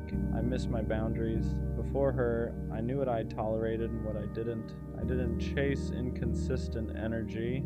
I didn't excuse disrespect. I didn't overextend myself for someone who wasn't meeting me halfway. But when you love someone, you justify things you normally wouldn't. You call red flags rough patches, you call inconsistency stress, you call emotional distance needing space, and sometimes those things are true, but sometimes they're excuses. And I made a lot of excuses, not because I was blind, but because I was invested. An investment makes you patient, sometimes too patient. By the end, I was tolerating things that the old version of me would have walked away from immediately, and that realization stings because it means I compromised more than I should have. Not just for the relationship, but at the expense of myself. The hardest part about missing who I was before her is admitting that I participated in my own transformation. She didn't force me to shrink. I chose to overextend. I chose to overcompensate. I chose to prioritize us over me every time there was tension. And that's a hard truth to sit with, because it would be easier to blame her entirely, but growth doesn't come from blame. It comes from ownership. I let love make me forget myself. And now that it's over, I have to rebuild the parts I neglected, not because loving her was wrong, but because losing myself in the process was. I miss my clarity. Before her, I didn't romanticize potential. If something felt off, I trusted it. If something felt unbalanced, I addressed it. But with her, I kept believing in what it could be, not just what it was. And hope is powerful. It keeps you fighting, it keeps you patient, but it can also keep you stuck. I held on to the version of us that existed in the beginning. The laughter, the effort, the mutual excitement, and I ignored the gradual shift because I didn't want to accept it, and that's when I stopped being objective. I became attached to the idea of us more than the reality of us, and that's not who I used to be. I miss how secure I felt alone. Before her, I enjoyed my independence, my routine, my hobbies, my friendships. I didn't need constant validation. I didn't need constant reassurance. But somewhere along the way, my world started revolving around her schedule, her availability, her emotional state, and I lost balance. When you give someone that much influence over your emotional state, you hand them power without realizing it. And when they leave, you feel powerless, not because you're weak, but because you attach too much of your stability to their presence, and I don't want that again. I want interdependence, not dependency. I don't regret loving her, but I regret abandoning myself while doing it. There's a difference. Love should complement you, not consume you. It should challenge you to grow, not pressure you to shrink. And I see now that the old version of me wasn't naive. He was grounded. He trusted himself. He walked away from imbalance without hesitation. And somewhere in trying to prove I could make it work, I stopped trusting my instincts. That's the part I want back, not the detachment. The discernment, maybe missing who I was before her, is actually part of becoming better than that version. Because now I see my patterns. I see how easily I overextend when I care. I see how quickly I prioritize someone else's comfort over my own. And awareness is powerful. The old me was confident, but this version, he's wiser. He knows how quickly identity can blur inside love. He knows how subtle self-abandonment can be. And next time he won't lose himself trying to hold something together. I miss who I was before her, but maybe I'm not supposed to go back. Maybe I'm supposed to rebuild, stronger, more self-aware, more balanced. I don't want the version of me who never loved deeply. I want the version who loves deeply without disappearing, who commits without compromising identity, who stays loyal without neglecting himself. She changed me, but she didn't ruin me.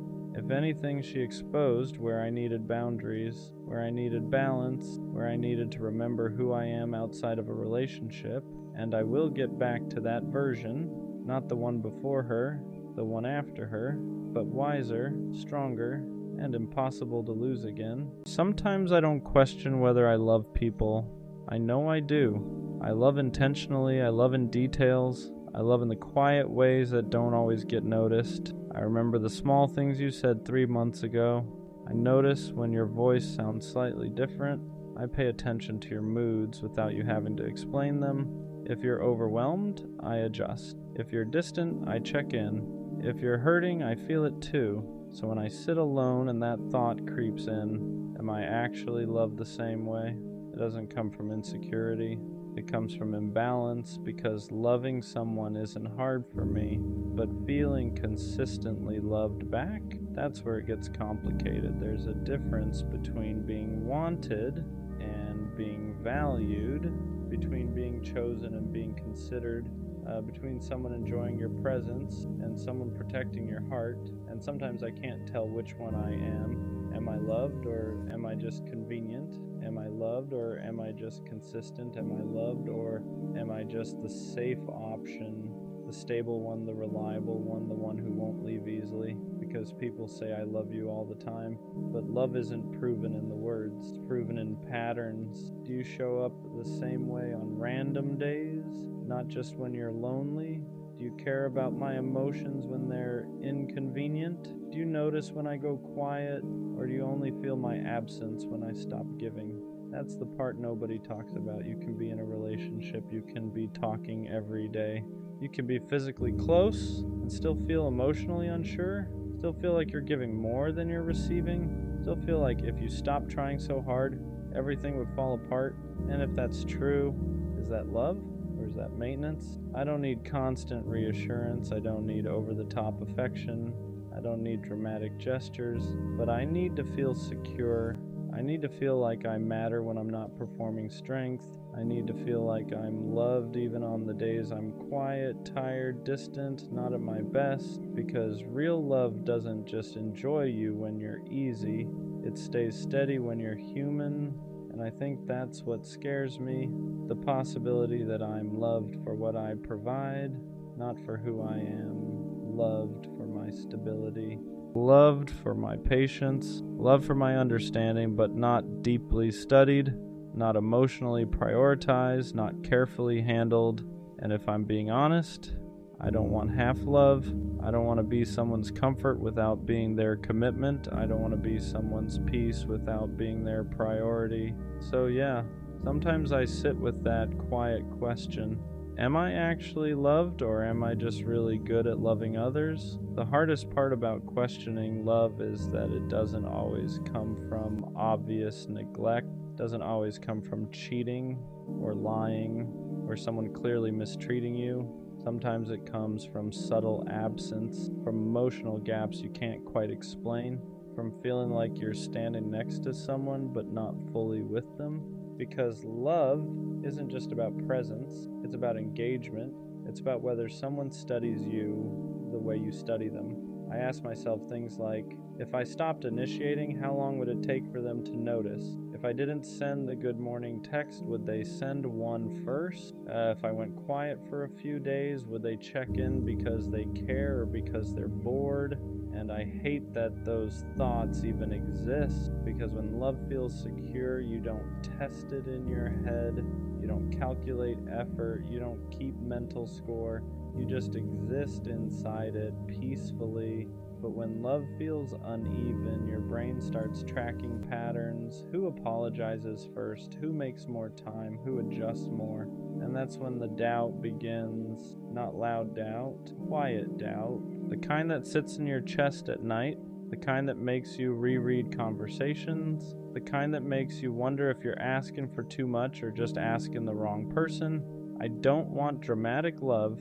I don't want obsession. I don't want someone who can't function without me. I want someone who chooses me consciously, daily, not because I'm easy, not because I'm stable, not because I don't cause problems, but because they genuinely value me, because they care about my internal world, because they don't want to risk losing me through laziness or emotional distance. That's the difference. You can love someone and still be careless. You can love someone and still take them for granted. You can love someone and still assume they'll never leave. But being loved properly, that feels intentional. It feels protected.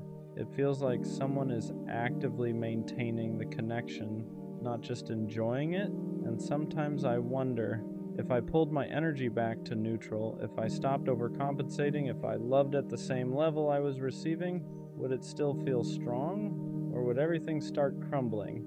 Because if my effort is what's holding us up, that's not love, that's imbalance disguised as loyalty. And I don't want to resent someone for something I never addressed, but I also don't want to keep shrinking just to avoid conflict. I want to feel wanted loudly enough that I don't question it silently.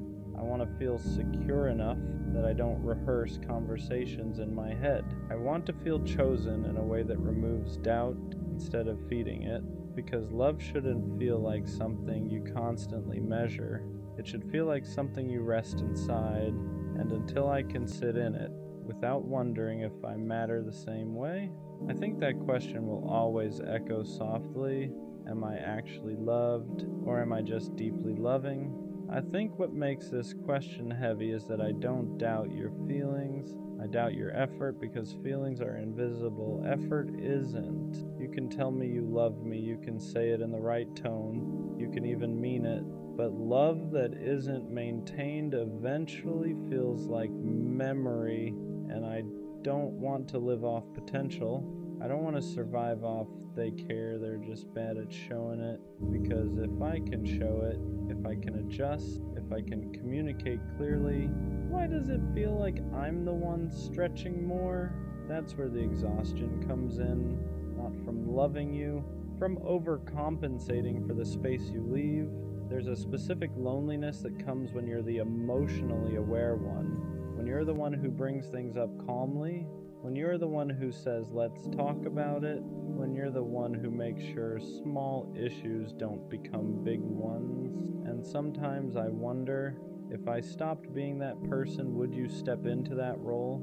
Or would we slowly drift because I stopped carrying the emotional weight? That's not partnership, that's imbalance. And imbalance slowly turns love into doubt.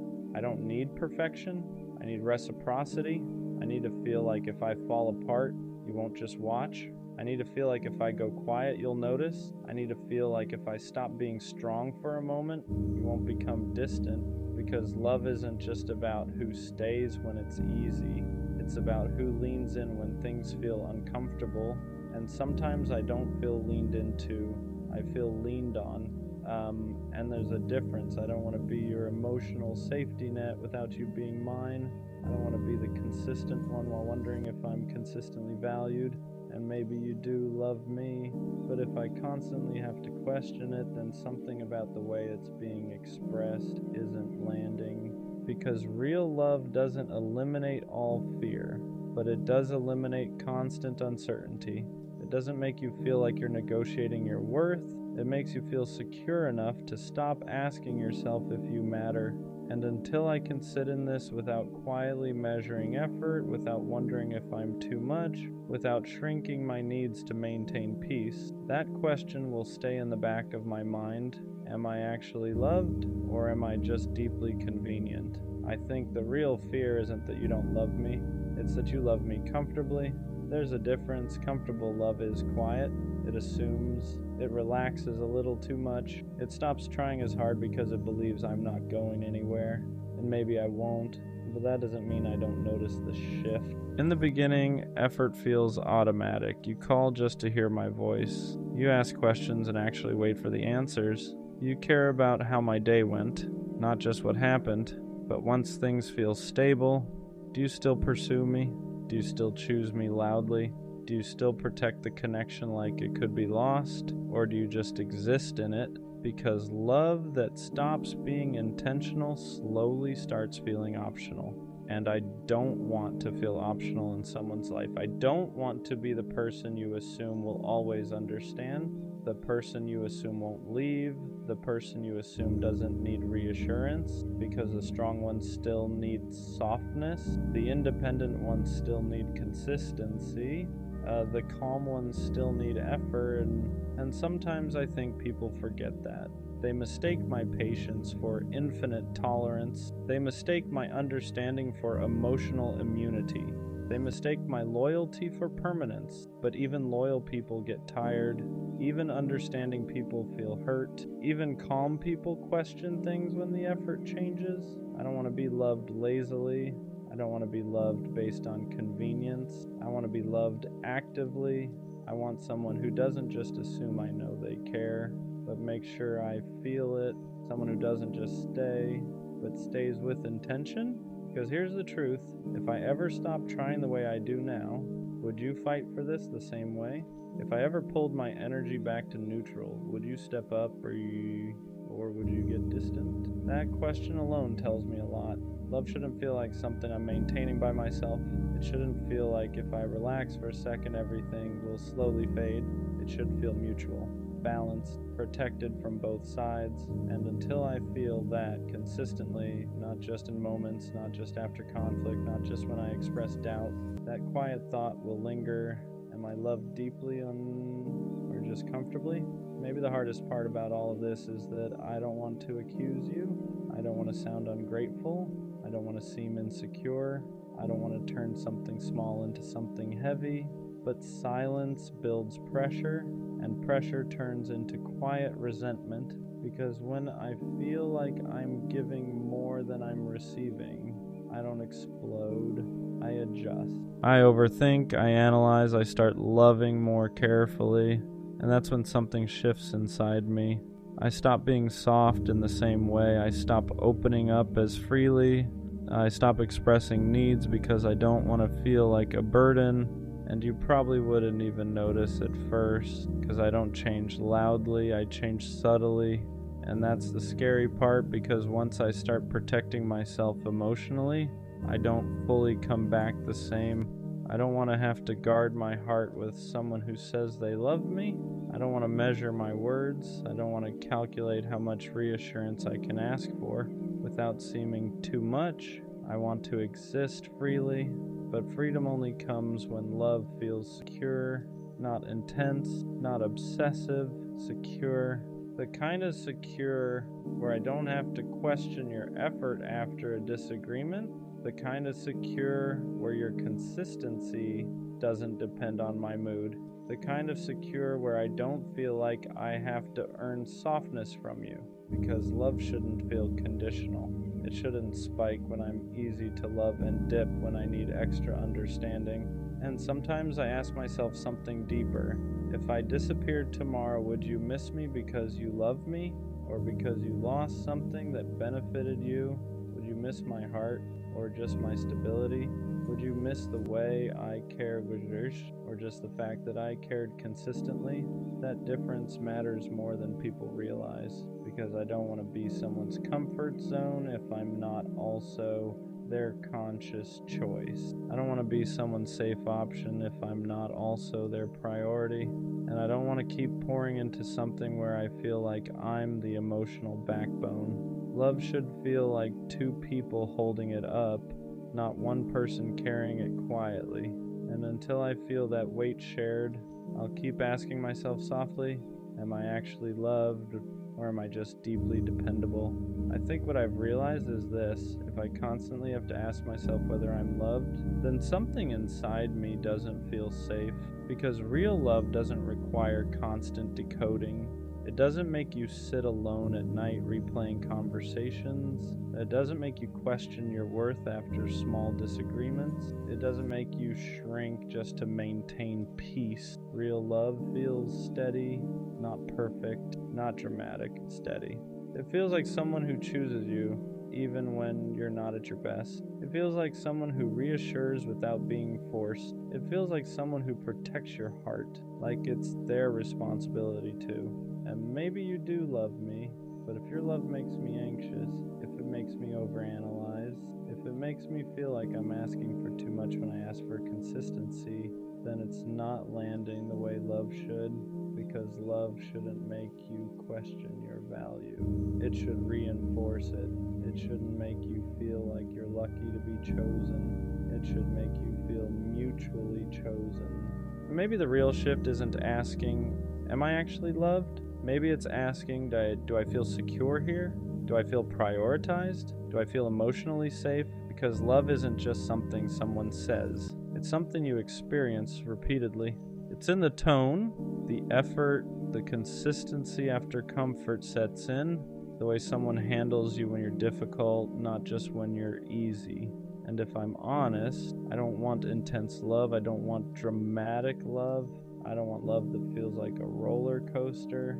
I want love that makes me stop asking this question entirely Love that's so clear, so intentional, so consistent that doubt doesn't have room to grow. Because if I'm constantly wondering whether I'm loved, then maybe I'm not asking for too much. Maybe I just haven't experienced love that makes the answer obvious. And when I do, I won't have to ask, I'll know. I stayed loyal. That's the part that messes with me the most. Not because I regret it, but because I know I was real the whole time. I didn't switch up. I didn't look for other options. I didn't keep backups just in case. When I said I was with her, I meant it. Even when things fell off, even when her energy started changing, even when I had moments where I could have pulled back and protected myself, I didn't. Because in my head, loyalty wasn't something you give only when it's easy. It's something you keep, especially when it's not. So I stayed consistent, I stayed patient, I stayed solid in a situation that slowly stopped being solid back. And the crazy part is, while I was staying loyal, she wasn't. The part that's hard to explain is how I stayed the same, even when everything around me started changing. I noticed it, the distance, the shift in energy, the way conversations didn't feel the same anymore. I'm not blind, I saw the signs, but I chose to stay loyal anyway, because I told myself something simple. If I'm real about this, I don't switch up just because it gets uncomfortable. So I didn't match her energy when it dropped. I didn't start moving different. I didn't go looking for someone else. Just because things felt uncertain, I stayed. I kept showing up the same way I always did. And maybe that was my mistake, not being loyal, but being loyal to someone who had already started moving differently behind the scenes. Because while I was protecting what we had, she was slowly stepping out of it, and I didn't want to believe that because loyalty makes you believe in what something was, even when it's no longer what it is. The truth didn't hit me all at once, it came in pieces, little realizations that didn't fully make sense at first, moments where things felt off, but not off enough to walk away. I would notice small things, the way she moved differently, the way her attention felt split, the way her consistency started depending on her mood, and every time I noticed it, I told myself the same thing. Don't overthink it, because when you're loyal, you don't want to accuse someone of something they haven't admitted. You give them the benefit of the doubt.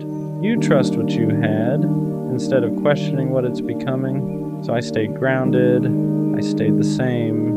I kept treating her like she was still fully in it, even when deep down I could feel she wasn't. And that's the part that hurts the most. Not that she switched up, but that I stayed solid while she was already moving differently. At some point, the truth became impossible to ignore, not because she said it, but because her actions started saying it for her.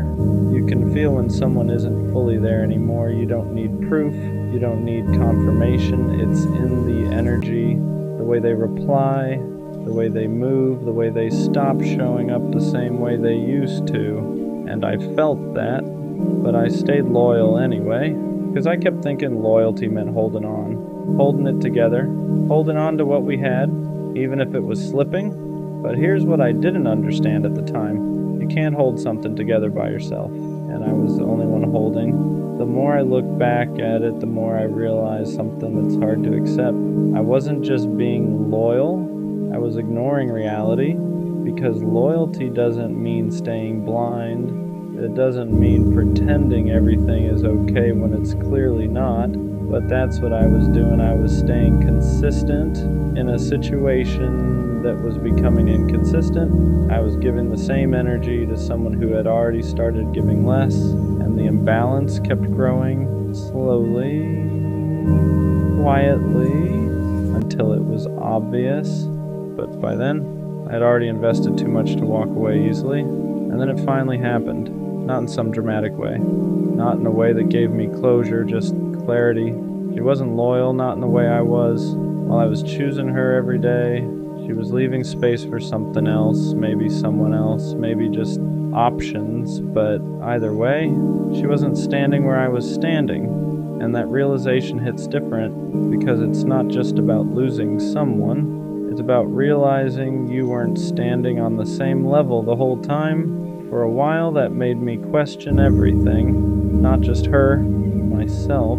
I started thinking, was I too loyal? Did I stay too solid? Should I have moved differently?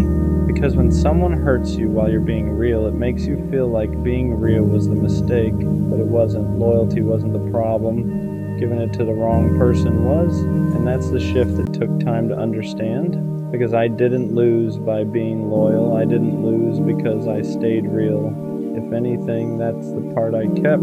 That's the part that didn't change. She changed. She moved different. She chose differently. But me, I stayed who I said I was. And that matters more than it feels like it does in the moment. And because here's the truth, no one tells you right away. Being loyal to the wrong person will hurt, but it will also teach you exactly what real loyalty should look like when it's returned. It shows you the difference between someone who says they care and someone who actually stands on it. And once you've felt that difference, you stop settling for anything less. You stop accepting half effort. You stop excusing inconsistency because now you know what it feels like to give fully. So next time, you expect it back.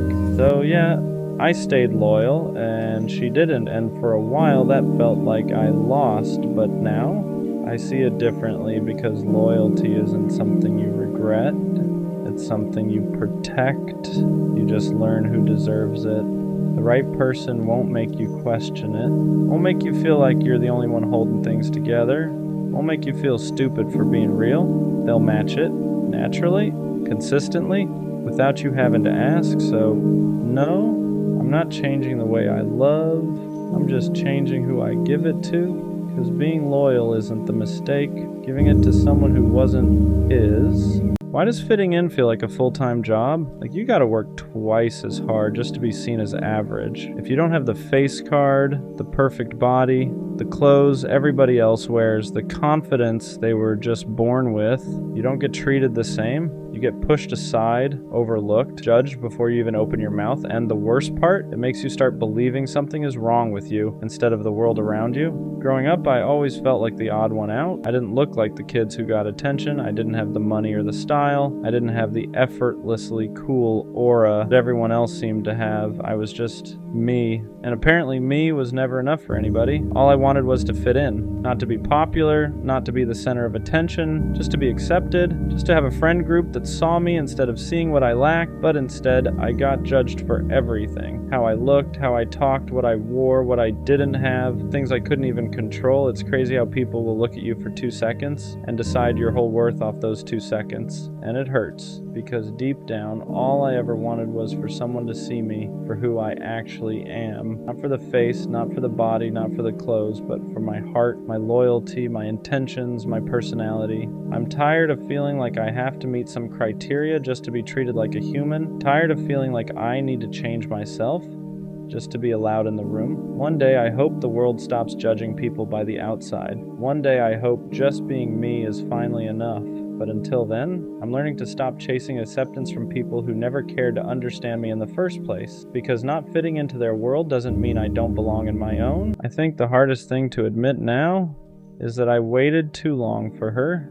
Not a few days, not a few weeks. I'm talking about months of believing that eventually she would see me the way I saw her. Because when you really care about someone, patience feels like loyalty. You tell yourself that love isn't supposed to be rushed, that real connections take time, that sometimes people just need space to figure things out. So I gave her that space. I stayed patient when things felt uncertain. I stayed loyal even when the energy between us started shifting. And every time something felt off, I told myself the same thing. Just give it time. Time would make her realize how much I cared. Time would make the connection stronger. Time would make everything finally fall into place. But looking back now, I realize something painful.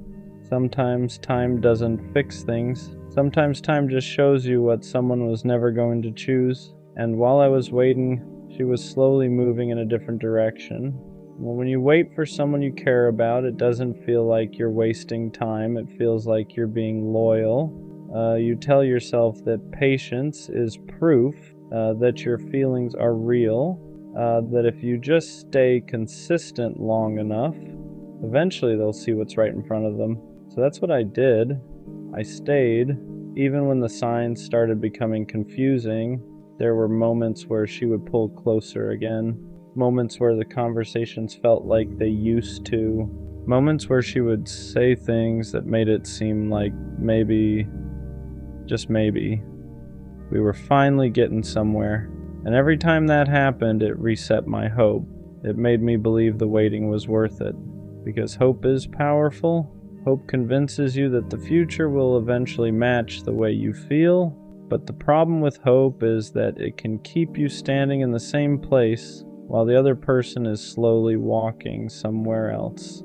And I didn't see that at the time, because while I was waiting for things to become clearer, she was slowly becoming less certain about us. And the scariest part is how quietly that shift happens. It doesn't start with a big moment. It starts with small changes, replies that come slower, conversations that feel shorter, energy that feels just a little different than before. At first you ignore it because you tell yourself the same thing you've been telling yourself the whole time. Just give it time. But sometimes time doesn't move people closer. Sometimes it slowly moves them away. And by the time you realize that, you've already waited longer than you should have. The strange thing about waiting for someone is that you don't realize how much time you're giving away until you look back at it. While I was waiting for her to figure out her feelings, my whole mindset was built around patience. I told myself that real connections take time, that people sometimes need space before they realize what's right in front of them. So whenever things felt uncertain, I convinced myself that uncertainty was just part of the process. I thought eventually she would see me the way I saw her, but the longer I waited, the more the relationship started feeling one-sided. Not in obvious ways. She still talked to me.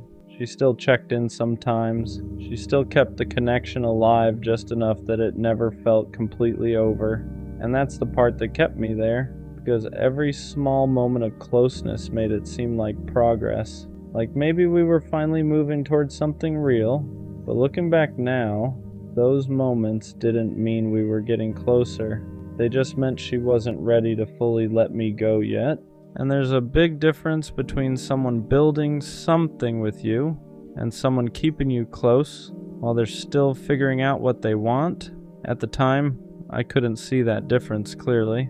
All I knew was that I cared about her, and I believed that eventually she would care about me the same way. So I stayed patient, even when the signs started becoming harder to ignore, even when the connection started feeling less stable than it used to.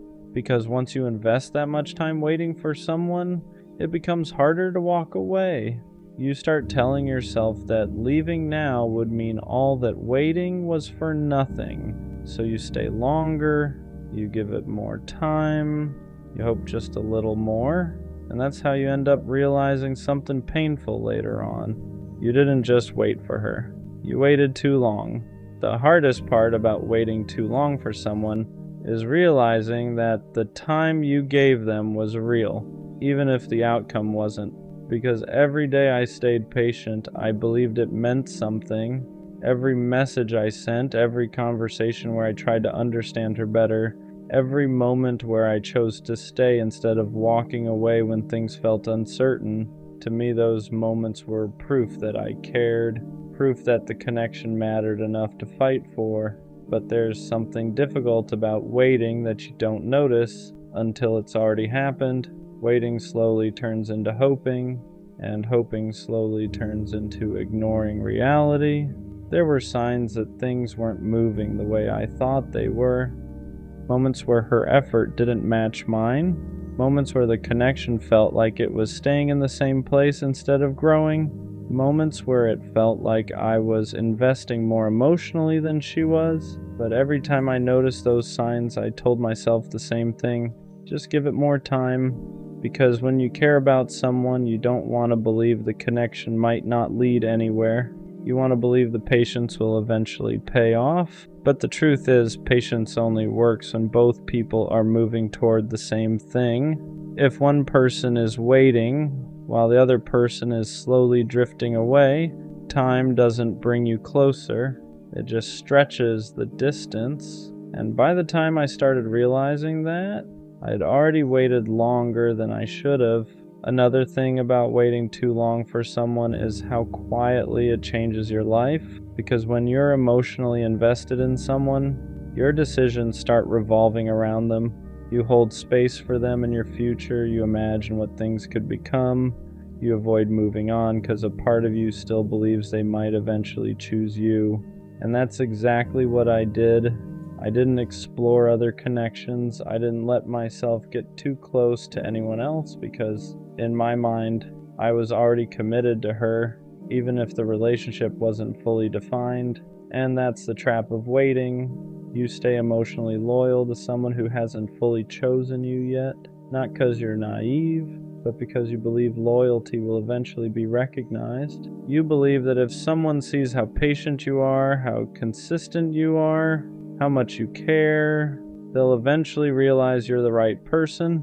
But life doesn't always work like that. Sometimes people appreciate your patience, sometimes they even care about you, but that doesn't always mean they'll choose you. And that's a painful thing to understand, because it means the time you gave them didn't guarantee the future you imagined. And when that realization finally hits, you start asking yourself a difficult question. Was I waiting for the right person? Or was I waiting for someone who was never going to choose me in the first place? Once I started asking myself that question, honestly, everything began to look different. Because when you stop looking at the situation through hope, you start seeing it through clarity, and clarity shows you things you didn't want to notice before.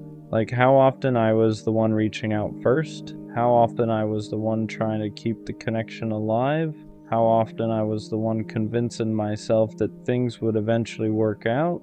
At the time, I thought that was just what patience looked like, but now I understand something important. Patience in a relationship only makes sense when both people are building something together. If only one person is investing time, effort, and emotional energy, that's not patience, that's imbalance. And I was standing in that imbalance longer than I should have, because I kept believing that eventually the effort would be returned, eventually the connection would stabilize, eventually she would see me the same way I saw her, but eventually never came. And the hardest part about realizing that isn't just the heartbreak, it's realizing how much time you spent waiting for something that was never truly moving toward you. For a while, that realization made me feel foolish, because it made me feel like I should have known sooner, like I should have seen the signs earlier, like I should have walked away the moment things started feeling uncertain. But the truth is, caring about someone doesn't make you foolish, it makes you human. When you believe in someone, you want to give them the benefit of the doubt. You want to believe their uncertainty is temporary. You want to believe the connection you feel will eventually become mutual, so you stay longer, you give more time, you hope a little harder, and sometimes that hope leads to something real. But sometimes it just leads to a lesson. And the lesson I learned is something I'll never forget. You shouldn't have to wait indefinitely for someone to recognize your value. If someone truly sees you as part of their future, they don't leave you standing in uncertainty for months, they choose you. And they show that choice through their actions. Once I understood that, the pain started changing into something else. Perspective. Because waiting too long for someone doesn't mean you were weak. It means you believed in the possibility of something meaningful. And there's nothing wrong with believing in people, but there's a difference between believing in someone and ignoring the reality of their actions, because actions always tell the truth eventually. Someone who truly wants you doesn't keep you waiting forever. They don't keep you guessing about where you stand. They don't keep you in a place where you feel like you're hoping more than you're building. They make their intentions clear, and if someone doesn't do that, the waiting only leads to one outcome. Eventually you realize you were holding space for someone who wasn't holding space for you. When I finally stopped waiting for her, something surprising happened. I started getting my clarity back. Because when you're waiting for someone emotionally, a part of your life feels paused. Your focus stays tied to the possibility of what could happen. Your decisions revolve around the connection. Your energy stays invested in someone who might not even be moving in the same direction. But the moment you stop waiting, everything shifts. You start seeing things more objectively. You start realizing how much emotional energy you were giving to someone who wasn't fully present, and you start understanding something important. The time you spent waiting wasn't wasted. It taught you exactly what you should never accept again. Looking back now, I can honestly say I waited too long for her, but I don't regret caring. I don't regret being patient, because those things say something about who I am. What I do regret is staying in uncertainty longer than I should have, because the right person doesn't make you wait forever to feel chosen. They don't keep you in a constant state of hoping. They don't make you question whether the connection is real. They make their intentions clear. They meet your effort with their own, and they move forward with you, not away from you. So yeah, I waited too long for her. But that experience taught me something I'll carry with me forever. Next time I won't stay in a place where I feel like I'm waiting to be chosen, because the right connection doesn't feel like waiting. It feels like moving forward together. They leave you on delivered all day, and then randomly hit you with a "what you doing" and "what you doing" at night. Or suddenly they respond fast, only when it's late, only when they're bored, only when there's nothing else going on in their life. Understand this, and people like that are not busy, they're not overwhelmed, they're not confused, they're choosing when you're allowed to exist to them. They talk to you when it's convenient, they reply when it benefits them, they never fight to talk to you, they never make time for you, they never communicate, they never say, "Hey, I'm busy today, but I'll text you later." And that tells you everything, because if you mattered to them, really mattered, nothing would stop them from reaching out. Not work, not stress, not distractions, not distance. And that's the truth you keep trying to avoid. They answer fast at night because they're bored. They disappear during the day because you're not a priority. They go 10, 12, 14 hours without saying a word, and somehow still expect access to you when it's convenient for them. And what hurts the most is how much you excuse it. You tell yourself they're busy. You tell yourself they'll change. You tell yourself maybe tomorrow will be different. But understand this, people show you exactly who they are through their patterns. If someone leaves you on delivered every single day for weeks, for months, that is not accidental. That's intentional. At some point, you have to stop falling in love with the version of them in your head and start paying attention to the version they show you. Because if they wanted to talk to you, they would. If they cared, they'd make it obvious. If you mattered, you wouldn't be confused. So stop waiting for effort from someone who's comfortable giving you none. Believe people the first time they show you who they are, because if they wanted to,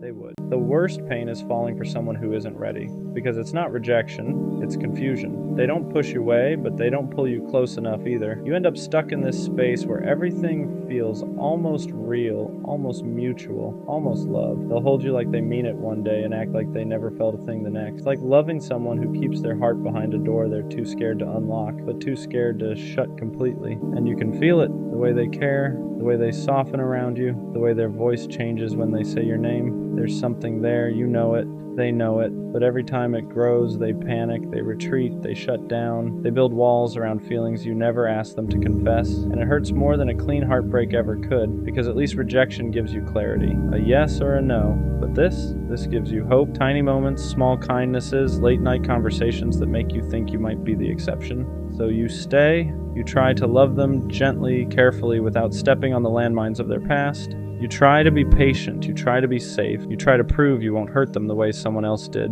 But the truth is, no matter how good you are, you can't love someone into being ready. Readiness isn't something you can inspire. It's something they have to choose. And people who aren't ready will love you in pieces. The soft parts, the lonely parts, the parts they're comfortable giving away. But never enough to build a future with. Never enough to meet you where you stand. And that's the part that breaks you. Not losing them, but losing the version of you that believed patience would make them stay. you start questioning yourself, wondering if you weren't gentle enough, or understanding enough, or lovable enough. But you were, you just offered a full heart to someone who only knew how to give half. Sometimes timing really does ruin everything. Sometimes two people want the same thing, but one of them still needs to learn how to feel safe in their own skin before they can feel safe in your hands. And as painful as it is, you can't fix that for them. Love doesn't always mean stay, but I can't keep breaking myself open for someone who can't open up at all. No one really talks about how long some men are willing to wait for the one person they truly want. Not days, not weeks, months, sometimes years. And it usually starts with something small, something that doesn't sound final. She says, maybe one day. I'm just not ready right now. I need time. And he hears that like it's a promise, like it means not now doesn't mean never. So he holds on to those words, replays them, builds hope around them, and he waits. He doesn't make it obvious, he doesn't beg, he doesn't pressure. He waits quietly, patiently, convincing everyone, including himself, that he's fine. Because when a man sees you in his future, when he's already chosen you in his heart, waiting feels easier than letting go. He tells himself she's healing, she's figuring things out. She'll come back when she's ready. And sometimes it's hard to tell if that kind of waiting is beautiful or self-destructive, because love like that is rare. A man who's willing to pause his own needs, put his feelings on hold, stay loyal to the idea of you without knowing if you'll ever choose him back. That's not weakness, that's commitment. But commitment without clarity can slowly break someone. So if you have a man like that, someone willing to wait while you sort through your life, you can't treat that lightly. Take the time you need, heal what you need to heal, do what you need to do, but don't let him wait if you already know you're not coming back. Because the cruelest thing is letting someone hold on to hope when all that's waiting for them is disappointment. A lot of men won't walk away. They'll keep telling themselves one more month, one more sign, one more chance, not because they're desperate, but because they care. So if you can love him again, do it fully. And if you can't, tell him, don't make him wait just to slowly lose himself loving someone who was never going to return. What people don't see is what waiting does to him. Not on the outside. He looks fine. He still shows up. Still laughs at the right moment, still pretends he hasn't built his days around the possibility of you coming back. But inside, everything is on pause. He doesn't let himself move on, doesn't let himself get close to anyone else, doesn't let himself fully hope or fully let go, because doing either would feel like betraying the future he pictured with you. So he lives in the middle, not chosen, not free, just waiting. He rereads old messages looking for reassurance that maybe he didn't imagine the connection. He remembers how you looked at him, how you laughed with him, how real it felt, and that's what keeps him there. Not obsession, not desperation, memory. He tells himself real love requires patience, that if it's meant to be, it'll come back around. But patience without direction starts turning into quiet pain, because every time you say, I don't know yet, he hears, not now, but maybe. Maybe is enough to keep him holding on. What breaks him isn't waiting itself. It's not knowing whether the waiting means something to you too. He would wait longer if he knew it mattered. He would walk away if he knew it didn't. But uncertainty keeps him stuck, and the longer he stays there, the more of himself he puts on hold. His needs, his timing, his chance to be loved fully, all for someone who may never come back. And that's the part no one talks about. Waiting doesn't just cost time. It costs pieces of him he doesn't realize he's giving away. At some point, the waiting starts asking questions back, not out loud, not in a way he can easily answer, just quiet thoughts that show up late at night when there's nothing left to distract him. Am I being patient or am I just afraid to let go? Because there's a difference. Patience comes with trust, with direction, with some kind of reassurance that the waiting has meaning. But what he has is uncertainty. He's not waiting because he's calm. He's waiting because walking away would mean admitting that the future he imagined might never happen. And that's harder than staying still, so he tells himself stories. That love is supposed to hurt a little, that timing matters more than readiness, that if he just proves he's loyal enough, consistent enough, understanding enough, It'll all make sense one day. But love isn't supposed to feel like erasing yourself. It isn't supposed to require putting your life on hold indefinitely. It isn't supposed to make you question whether your needs matter at all. Still, he stays. His hope is quiet, but it's persistent. It whispers things like, she'll come back. She just needs time. It'll be worth it. And as long as that voice exists, letting go feels like failure, like giving up on something real. What scares him most isn't the idea of her choosing someone else. It's the idea that she might never choose anyone, and he still waited anyway. That he might look back one day and realize he sacrificed his own chance to be loved fully for someone who was never coming back. And that realization doesn't make him angry. It makes him tired, because waiting stopped feeling romantic a long time ago. Now it just feels heavy. And deep down, he's starting to understand something he's been avoiding. Love shouldn't feel like standing still while life passes you by. There comes a moment when waiting stops feeling like love and starts feeling like self-abandonment. It doesn't happen all at once. There's no dramatic breaking point. It's quieter than that. It's the realization that his life has been moving around someone who isn't moving toward him. That he's been planning a future with someone who won't even promise a present. He notices it in small ways, how he avoids making plans because what if she comes back? How he turns down opportunities because he doesn't want to feel unavailable when she finally decides. How he measures his growth, his happiness, his healing against whether or not it would still fit her. And that's when it hits him. Waiting has slowly become a way of disappearing. Not because he doesn't love her, but because loving her has started costing him himself. He tells himself love requires sacrifice, but sacrifice isn't supposed to be one-sided. Real love doesn't ask you to pause your entire life without offering anything solid in return. And for the first time, he lets himself ask a dangerous question. If she never comes back, would this still have been worth it? That question hurts because the answer isn't immediate, because a part of him still wants to believe that patience will be rewarded, but another part, the quieter, tired part, knows something has to change. He starts realizing that choosing himself doesn't mean he loved her less. It means he finally loved himself enough to stop waiting in uncertainty. Letting go doesn't erase what they had. It doesn't make the feelings fake. It doesn't turn the waiting into a mistake. It just means he's done confusing hope with a promise, because love shouldn't require you to disappear quietly just to prove you're loyal. And walking away doesn't mean he stopped caring.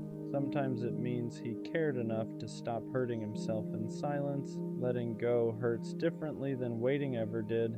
Waiting was familiar, painful but predictable. It gave him something to hold on to, even if that something was uncertainty. Letting go feels like free fall, because when he finally stops waiting, there's no future version of them to lean on anymore. No, maybe one day. No imagined moment where she finally says she's ready. Just silence, and that silence is loud at first. He feels it in the empty spaces where hope used to sit, in the routines he built around the idea of her coming back. For a while, he doesn't know who he is without the waiting, because waiting gave his love direction. It gave his patience purpose. It made the pain feel meaningful. Now he has to sit with something harder, grief, not just for her, but for the version of himself who believed love always meant endurance. He realizes how long he ignored his own needs, how often he told himself later, instead of asking for what he deserved now. And that realization stings, because he wasn't weak, he was loyal. He just stayed loyal to someone who couldn't meet him where he stood. Healing doesn't come all at once. Some days he still wonders if he gave up too soon, if one more month would have changed everything. But then he remembers how heavy the waiting felt, how small his world had become, how much of himself he put on hold. And slowly something shifts. He starts choosing himself in quiet ways. He makes plans without hesitation. He opens himself to new moments without checking if they'd interfere with the future that no longer exists. And for the first time in a long time, his life starts moving forward again. Letting go didn't mean he stopped loving her. It meant he stopped abandoning himself, and that's when healing actually began. After the waiting ends, there's a strange emptiness that follows, not because he lost her, but because he lost the version of himself that believed love had to hurt to be real. For a long time, his worth was tied to patience, to loyalty, to how much he was willing to endure without being chosen back, and when that chapter closed, he didn't immediately feel strong. He felt unsure, because when you spend so long putting someone else first, you forget what it feels like to be a priority in your own life. He starts noticing it in small moments, how uncomfortable it feels to ask for what he needs, how he second guesses himself when someone shows interest too easily, because ease feels unfamiliar now.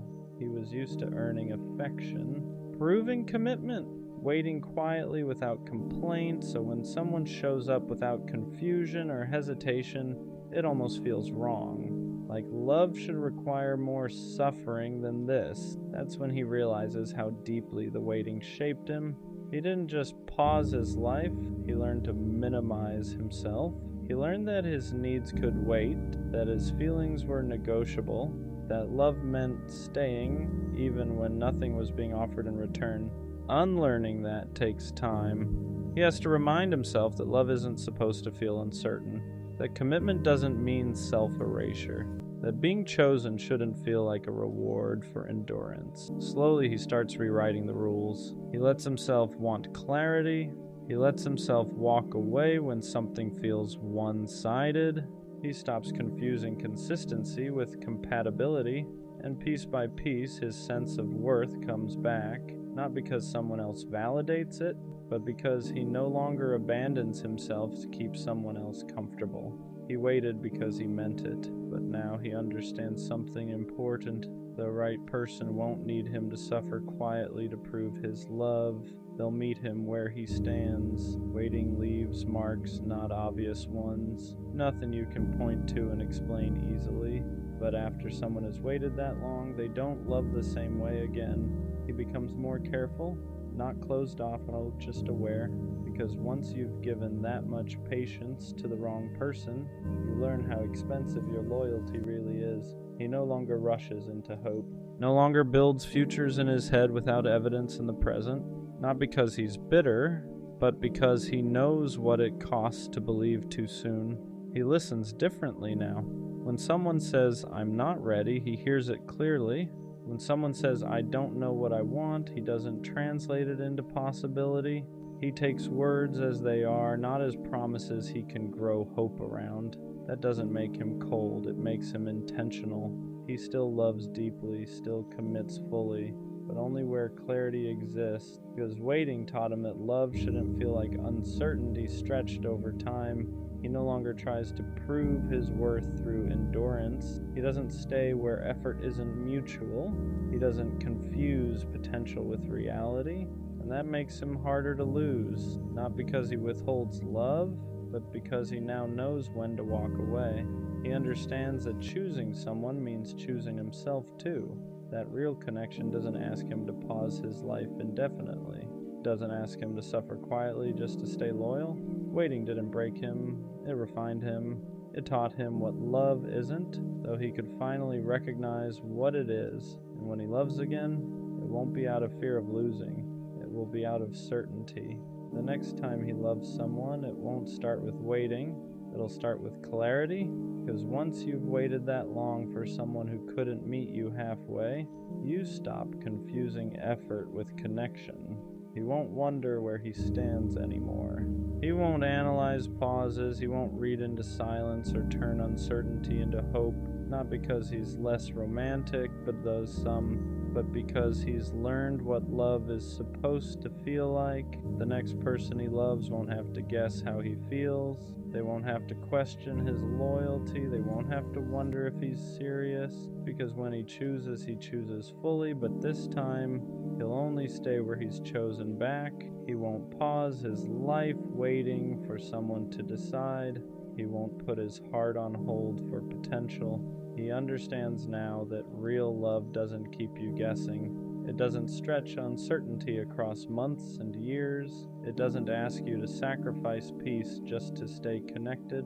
The next person will feel the difference. Not because he loves harder, but because he loves cleaner, with boundaries, with honesty, with the expectation of mutual effort. And that's the quiet shift no one sees. Waiting didn't make him bitter, it made him precise. It taught him that commitment means nothing without intention behind it. So when he gives his time again, his patience again, his heart again, it won't be because he's afraid to lose. It'll be because both of them are choosing each other in the present. Not someday, not maybe, now.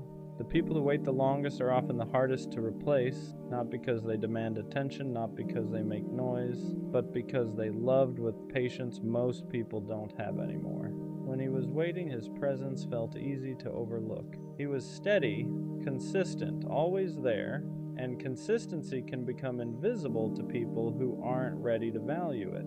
So they assume he'll always be there, that his patience has no limit, that his loyalty is permanent.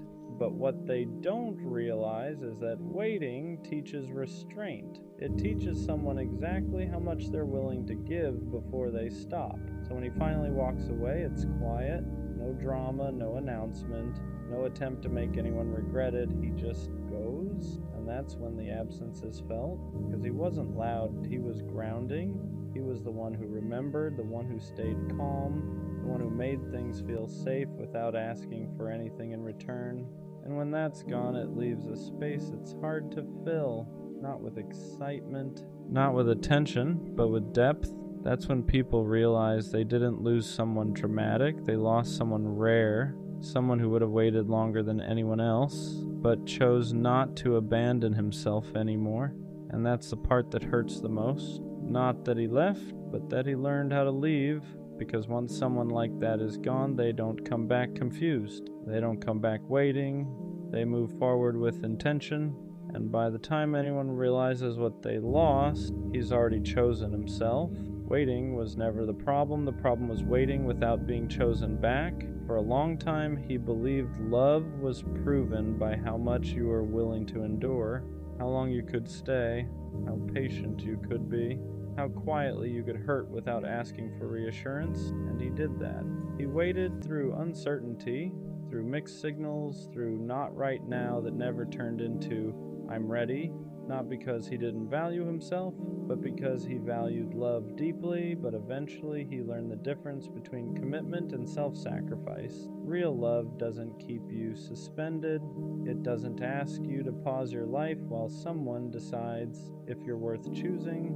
Real love meets you where you are, and the moment he understood that, waiting lost its meaning, because waiting only makes sense when both people are moving toward each other, even slowly, not when one person is standing still hoping to be picked someday. Walking away wasn't easy. It didn't feel empowering at first. It felt like grief. Grief for the future he imagined. Grief for the version of himself who believed patience would be rewarded no matter the cost. But over time, that grief turned into clarity. He realized something simple but life-changing. Love should feel mutual, certain, chosen in the present, not promised someday. So now, when he looks back on the waiting, he doesn't see weakness. He sees proof that he can love deeply. But he also sees the moment he learned to stop giving that depth to people who couldn't return it. He waited because he meant it, but he walked away because he finally understood that the right person won't need him to wait at all. They'll choose him clearly, willingly, and without hesitation, and that's not something you ever have to earn by putting your life on hold. I really did love her, not just in the beginning, not just when it was easy. I loved her in the quiet moments, in the normal days, in the in-between. I loved the way she thought, the way she explained things, the way she cared too deeply sometimes. And that's what makes this harder, because it would be easier if I didn't love her, if it was fake, if it was surface level, if it was just attachment, but it wasn't. I loved her, and somehow that still wasn't enough. Love and compatibility aren't always the same thing. That's the part nobody prepares you for. You can love someone deeply and still not align long term. I loved her heart, her mind, her energy, but we handled conflict differently, we needed reassurance differently, we showed up differently under pressure, and love doesn't erase that. Doesn't magically fix timing issues, communication gaps, emotional readiness. You can love someone and still slowly grow apart.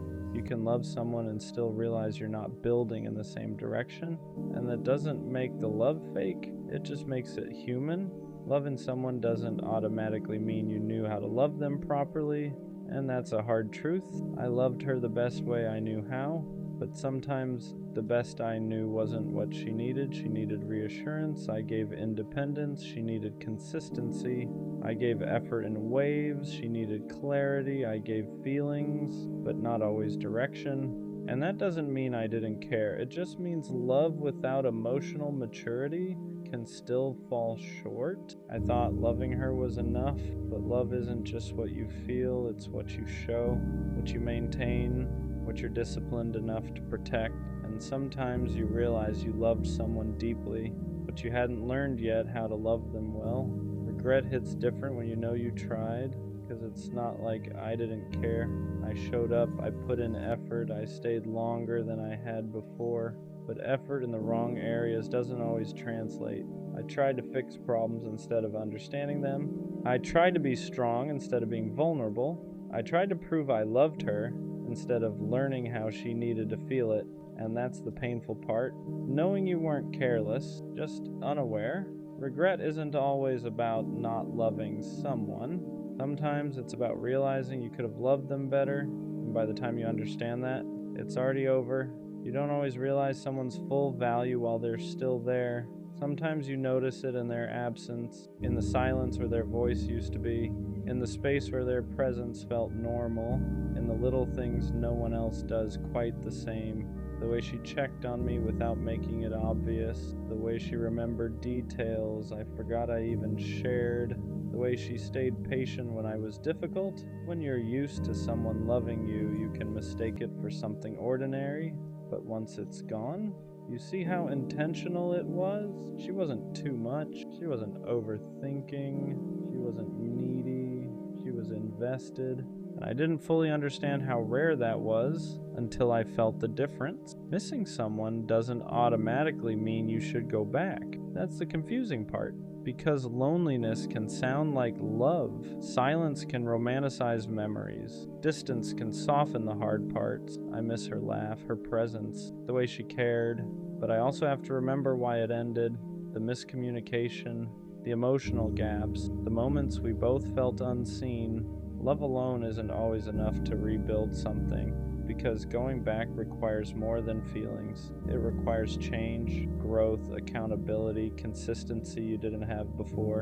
And if I can't honestly say, I've grown into someone who can love her better, then missing her isn't a reason to reopen the door. Sometimes you can love someone deeply and still let them go with respect. Loving her changed me, not in a dramatic way, in a quiet, permanent way. She made me more aware, more reflective, more honest with myself.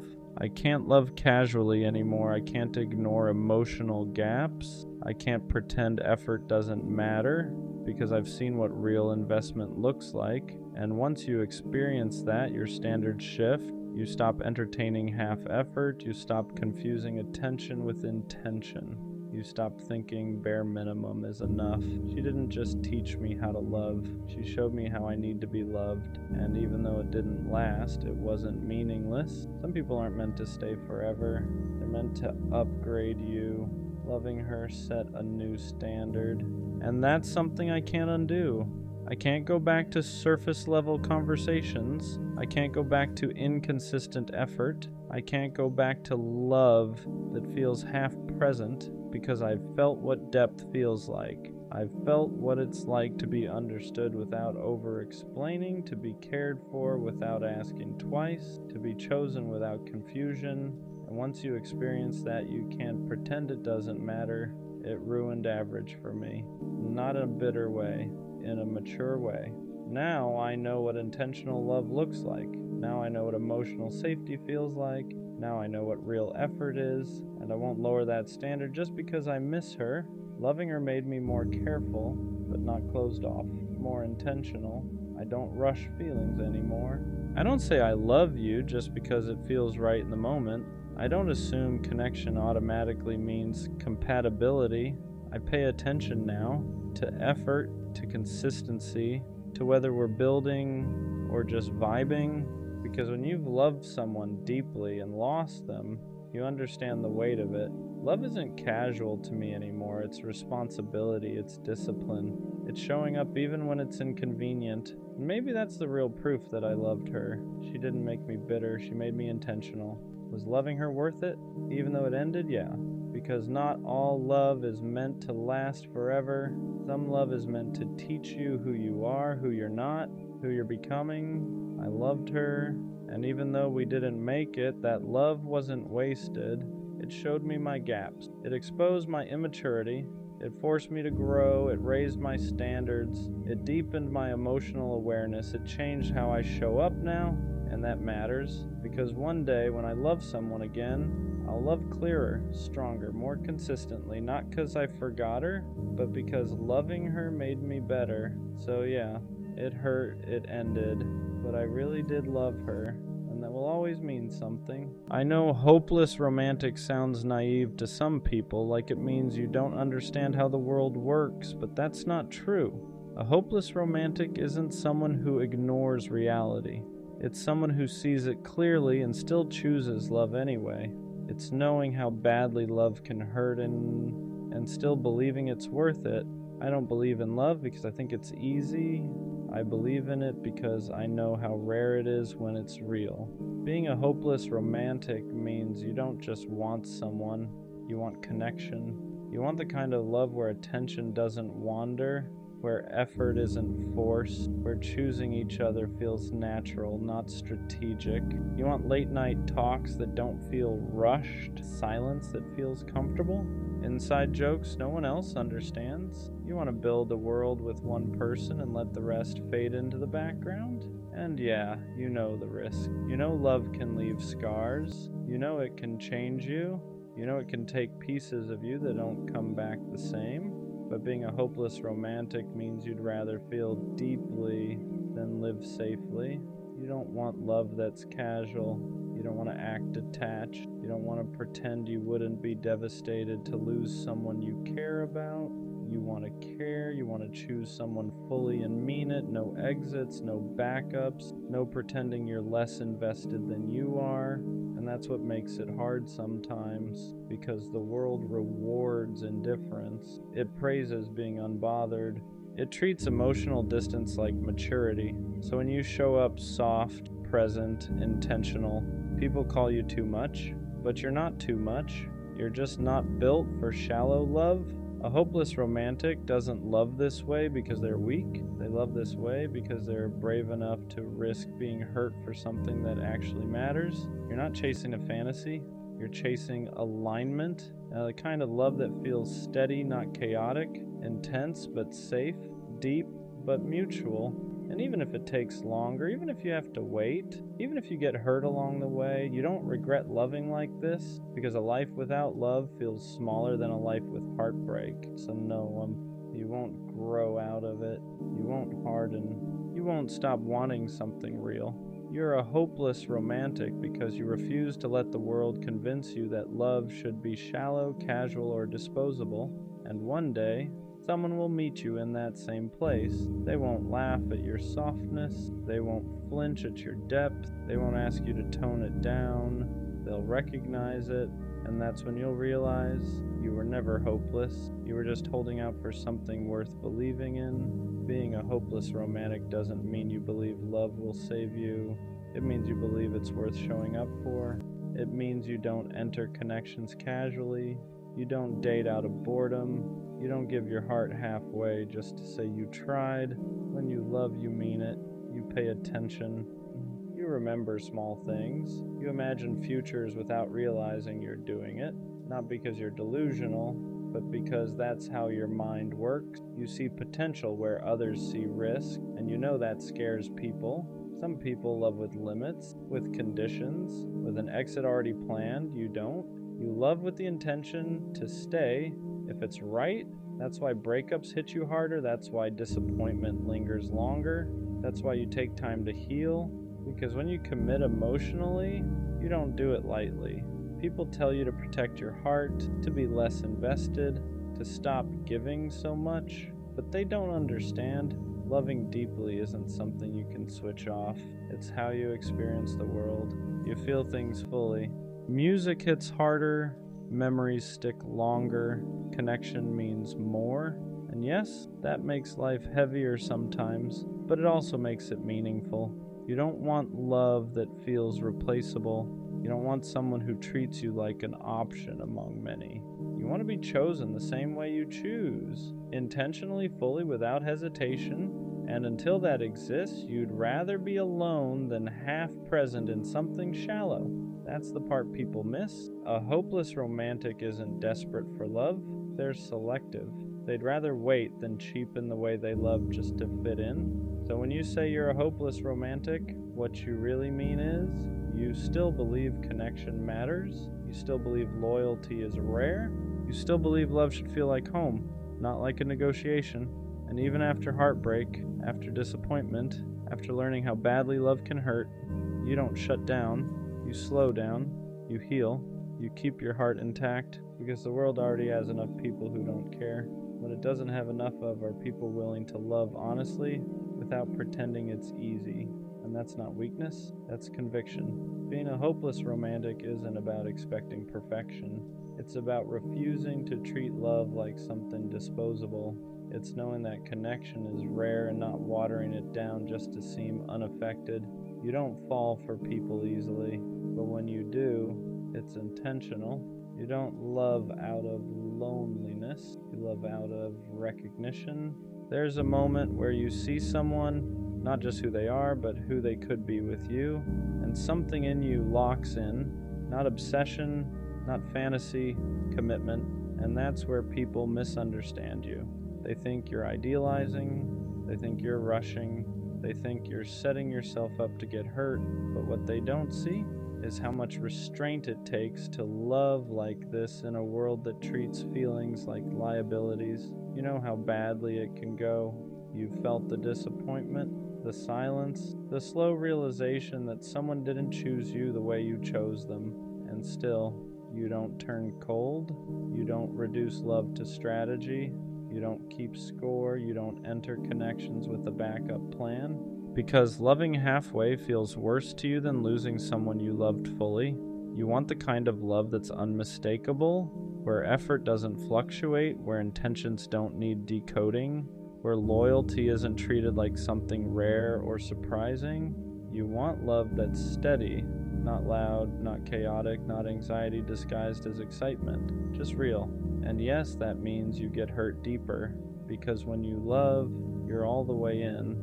You don't protect yourself by caring less. You protect yourself by choosing carefully. That's the difference. A hopeless romantic isn't reckless. They're discerning. They'd rather be alone than share space with someone who makes them feel like they're asking for too much just by wanting honesty, effort, and presence. And if that means waiting longer, so be it. Because you're not waiting for attention. You're waiting for alignment.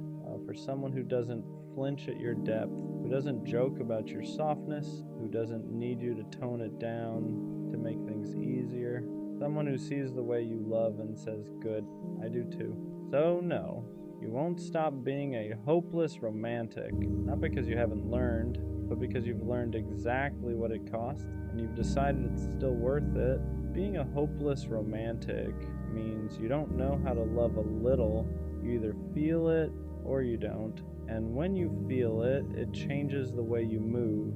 You start noticing the small things, the way someone texts you when they're busy, the way they remember what you said weeks ago, the way they look at you when you're not trying, and you don't call that doing too much, you call that real. But the world tries to train that out of you. It tells you to be chill, to act like you don't care, to keep your feelings locked up until someone earns them. So you try to play that role, you try to be distant, try to be casual, try to treat love like it's just another thing, and it never works, because that's not who you are. You don't want a connection where you're constantly guessing. You don't want to be with someone who makes loyalty feel rare. You don't want a love that only shows up when it's convenient. You want the kind of love that feels chosen. Not maybe, not we'll see, not I'm not sure. Chosen. And sometimes that's what makes it lonely, because you keep meeting people who like the attention, but don't respect the intention. People who love the way you make them feel, but don't want to carry the responsibility of caring back, so you end up doing the hardest thing for someone like you. You walk away, not because you stopped loving, but because you finally realized love shouldn't require you to beg for consistency.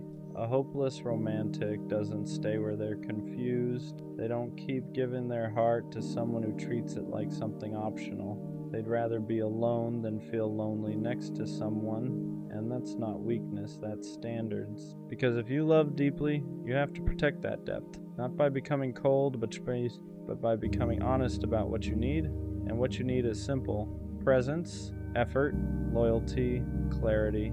The kind of love that doesn't make you question yourself for wanting something real. What hurts the most as a hopeless romantic isn't rejection. It's realizing someone enjoyed being loved by you, but never intended to love you the same way.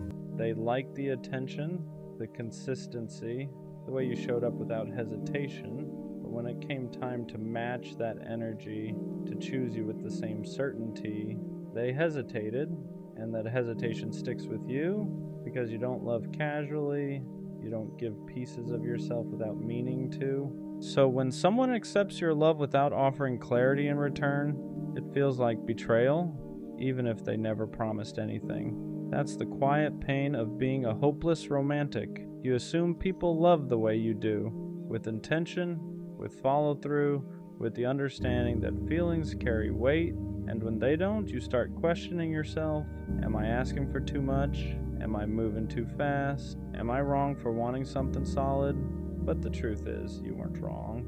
You were just loving someone who didn't have the same capacity. Some people like being cared for more than they like caring back.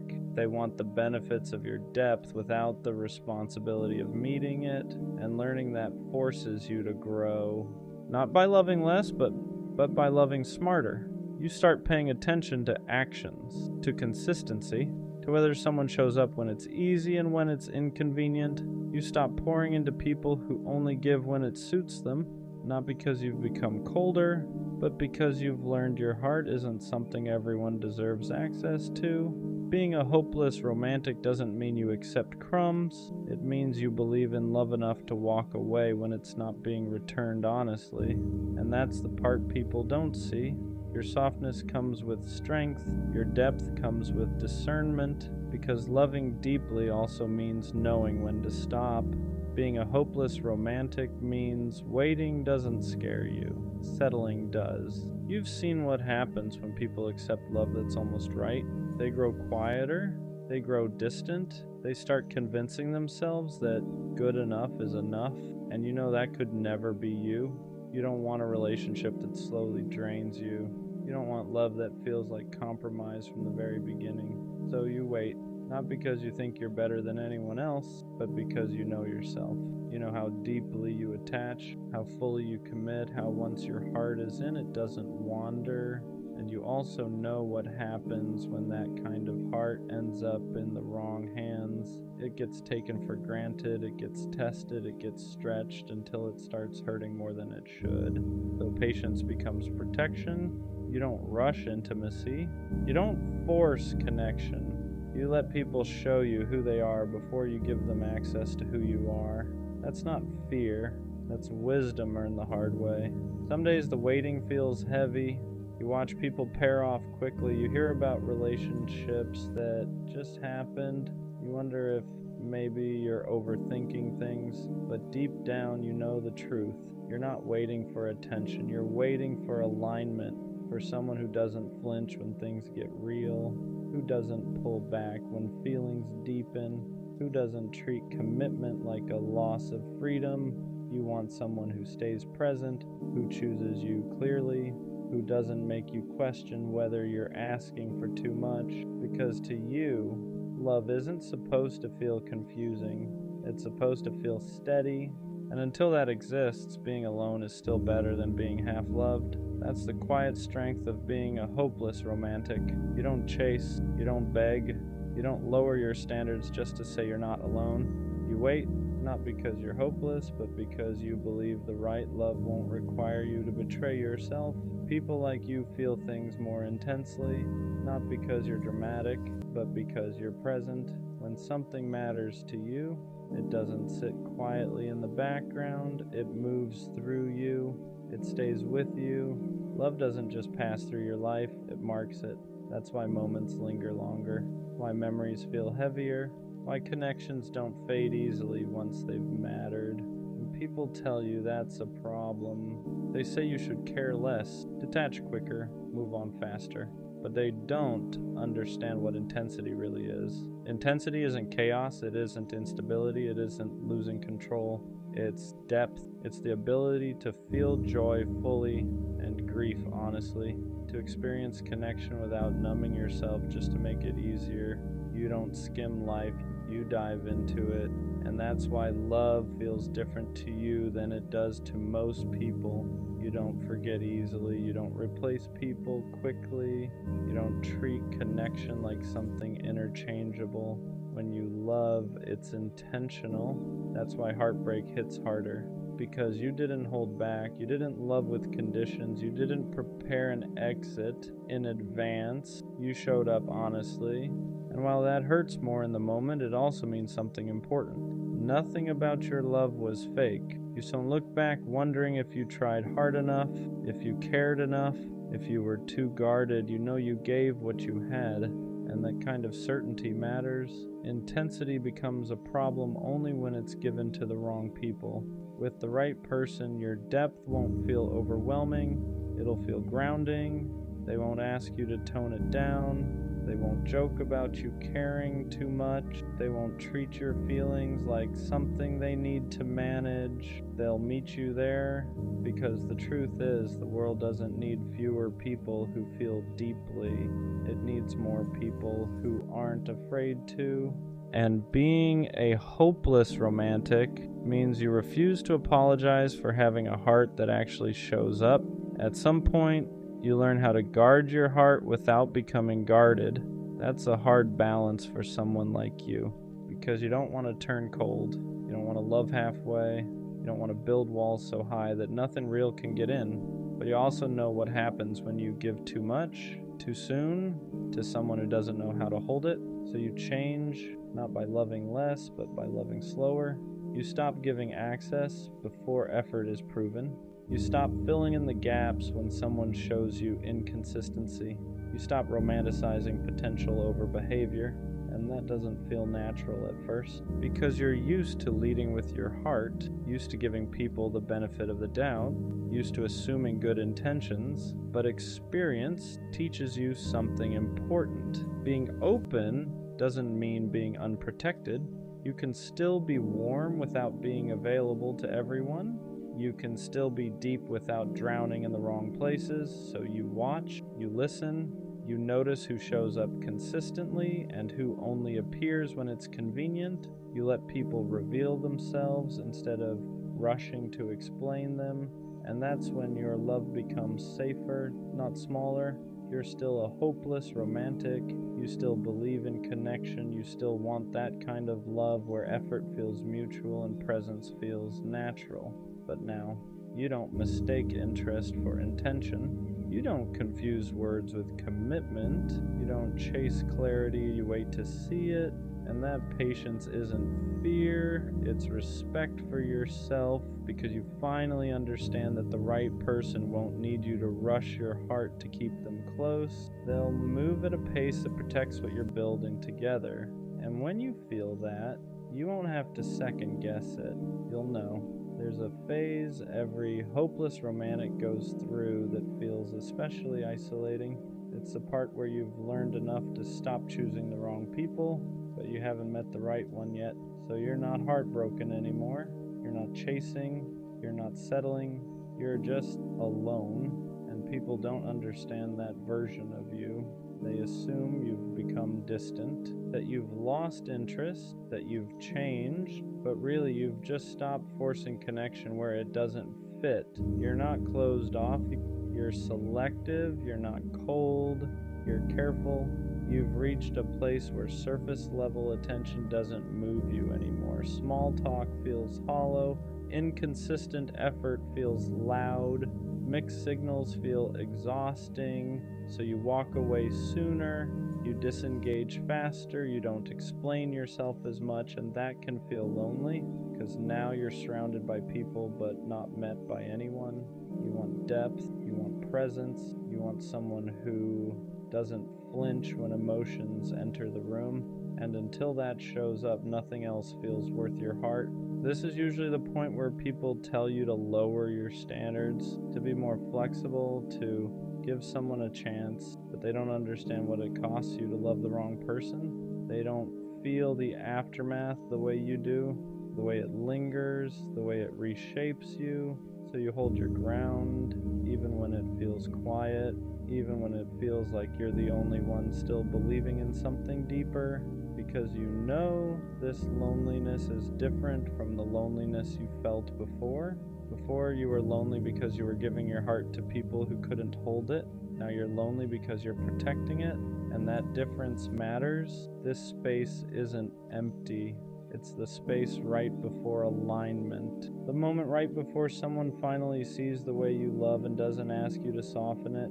And even though it's hard, even though it tests your patience, you stay here because you know the right love won't arrive while you're busy entertaining the wrong ones. Being a hopeless romantic was never about fantasy. It was about faith. Faith that connection matters, that loyalty still means something, that choosing one person fully isn't outdated, it's intentional. For a long time, you wondered if this way of loving was something you were supposed to grow out of, if heartbreak was meant to harden you, if disappointment was meant to teach you to want less, but it never did. Every time you tried to love casually, it felt wrong. Every time you tried to detach, you felt empty. Because loving deeply was never a habit you picked up, it was part of who you are. You weren't built to love halfway.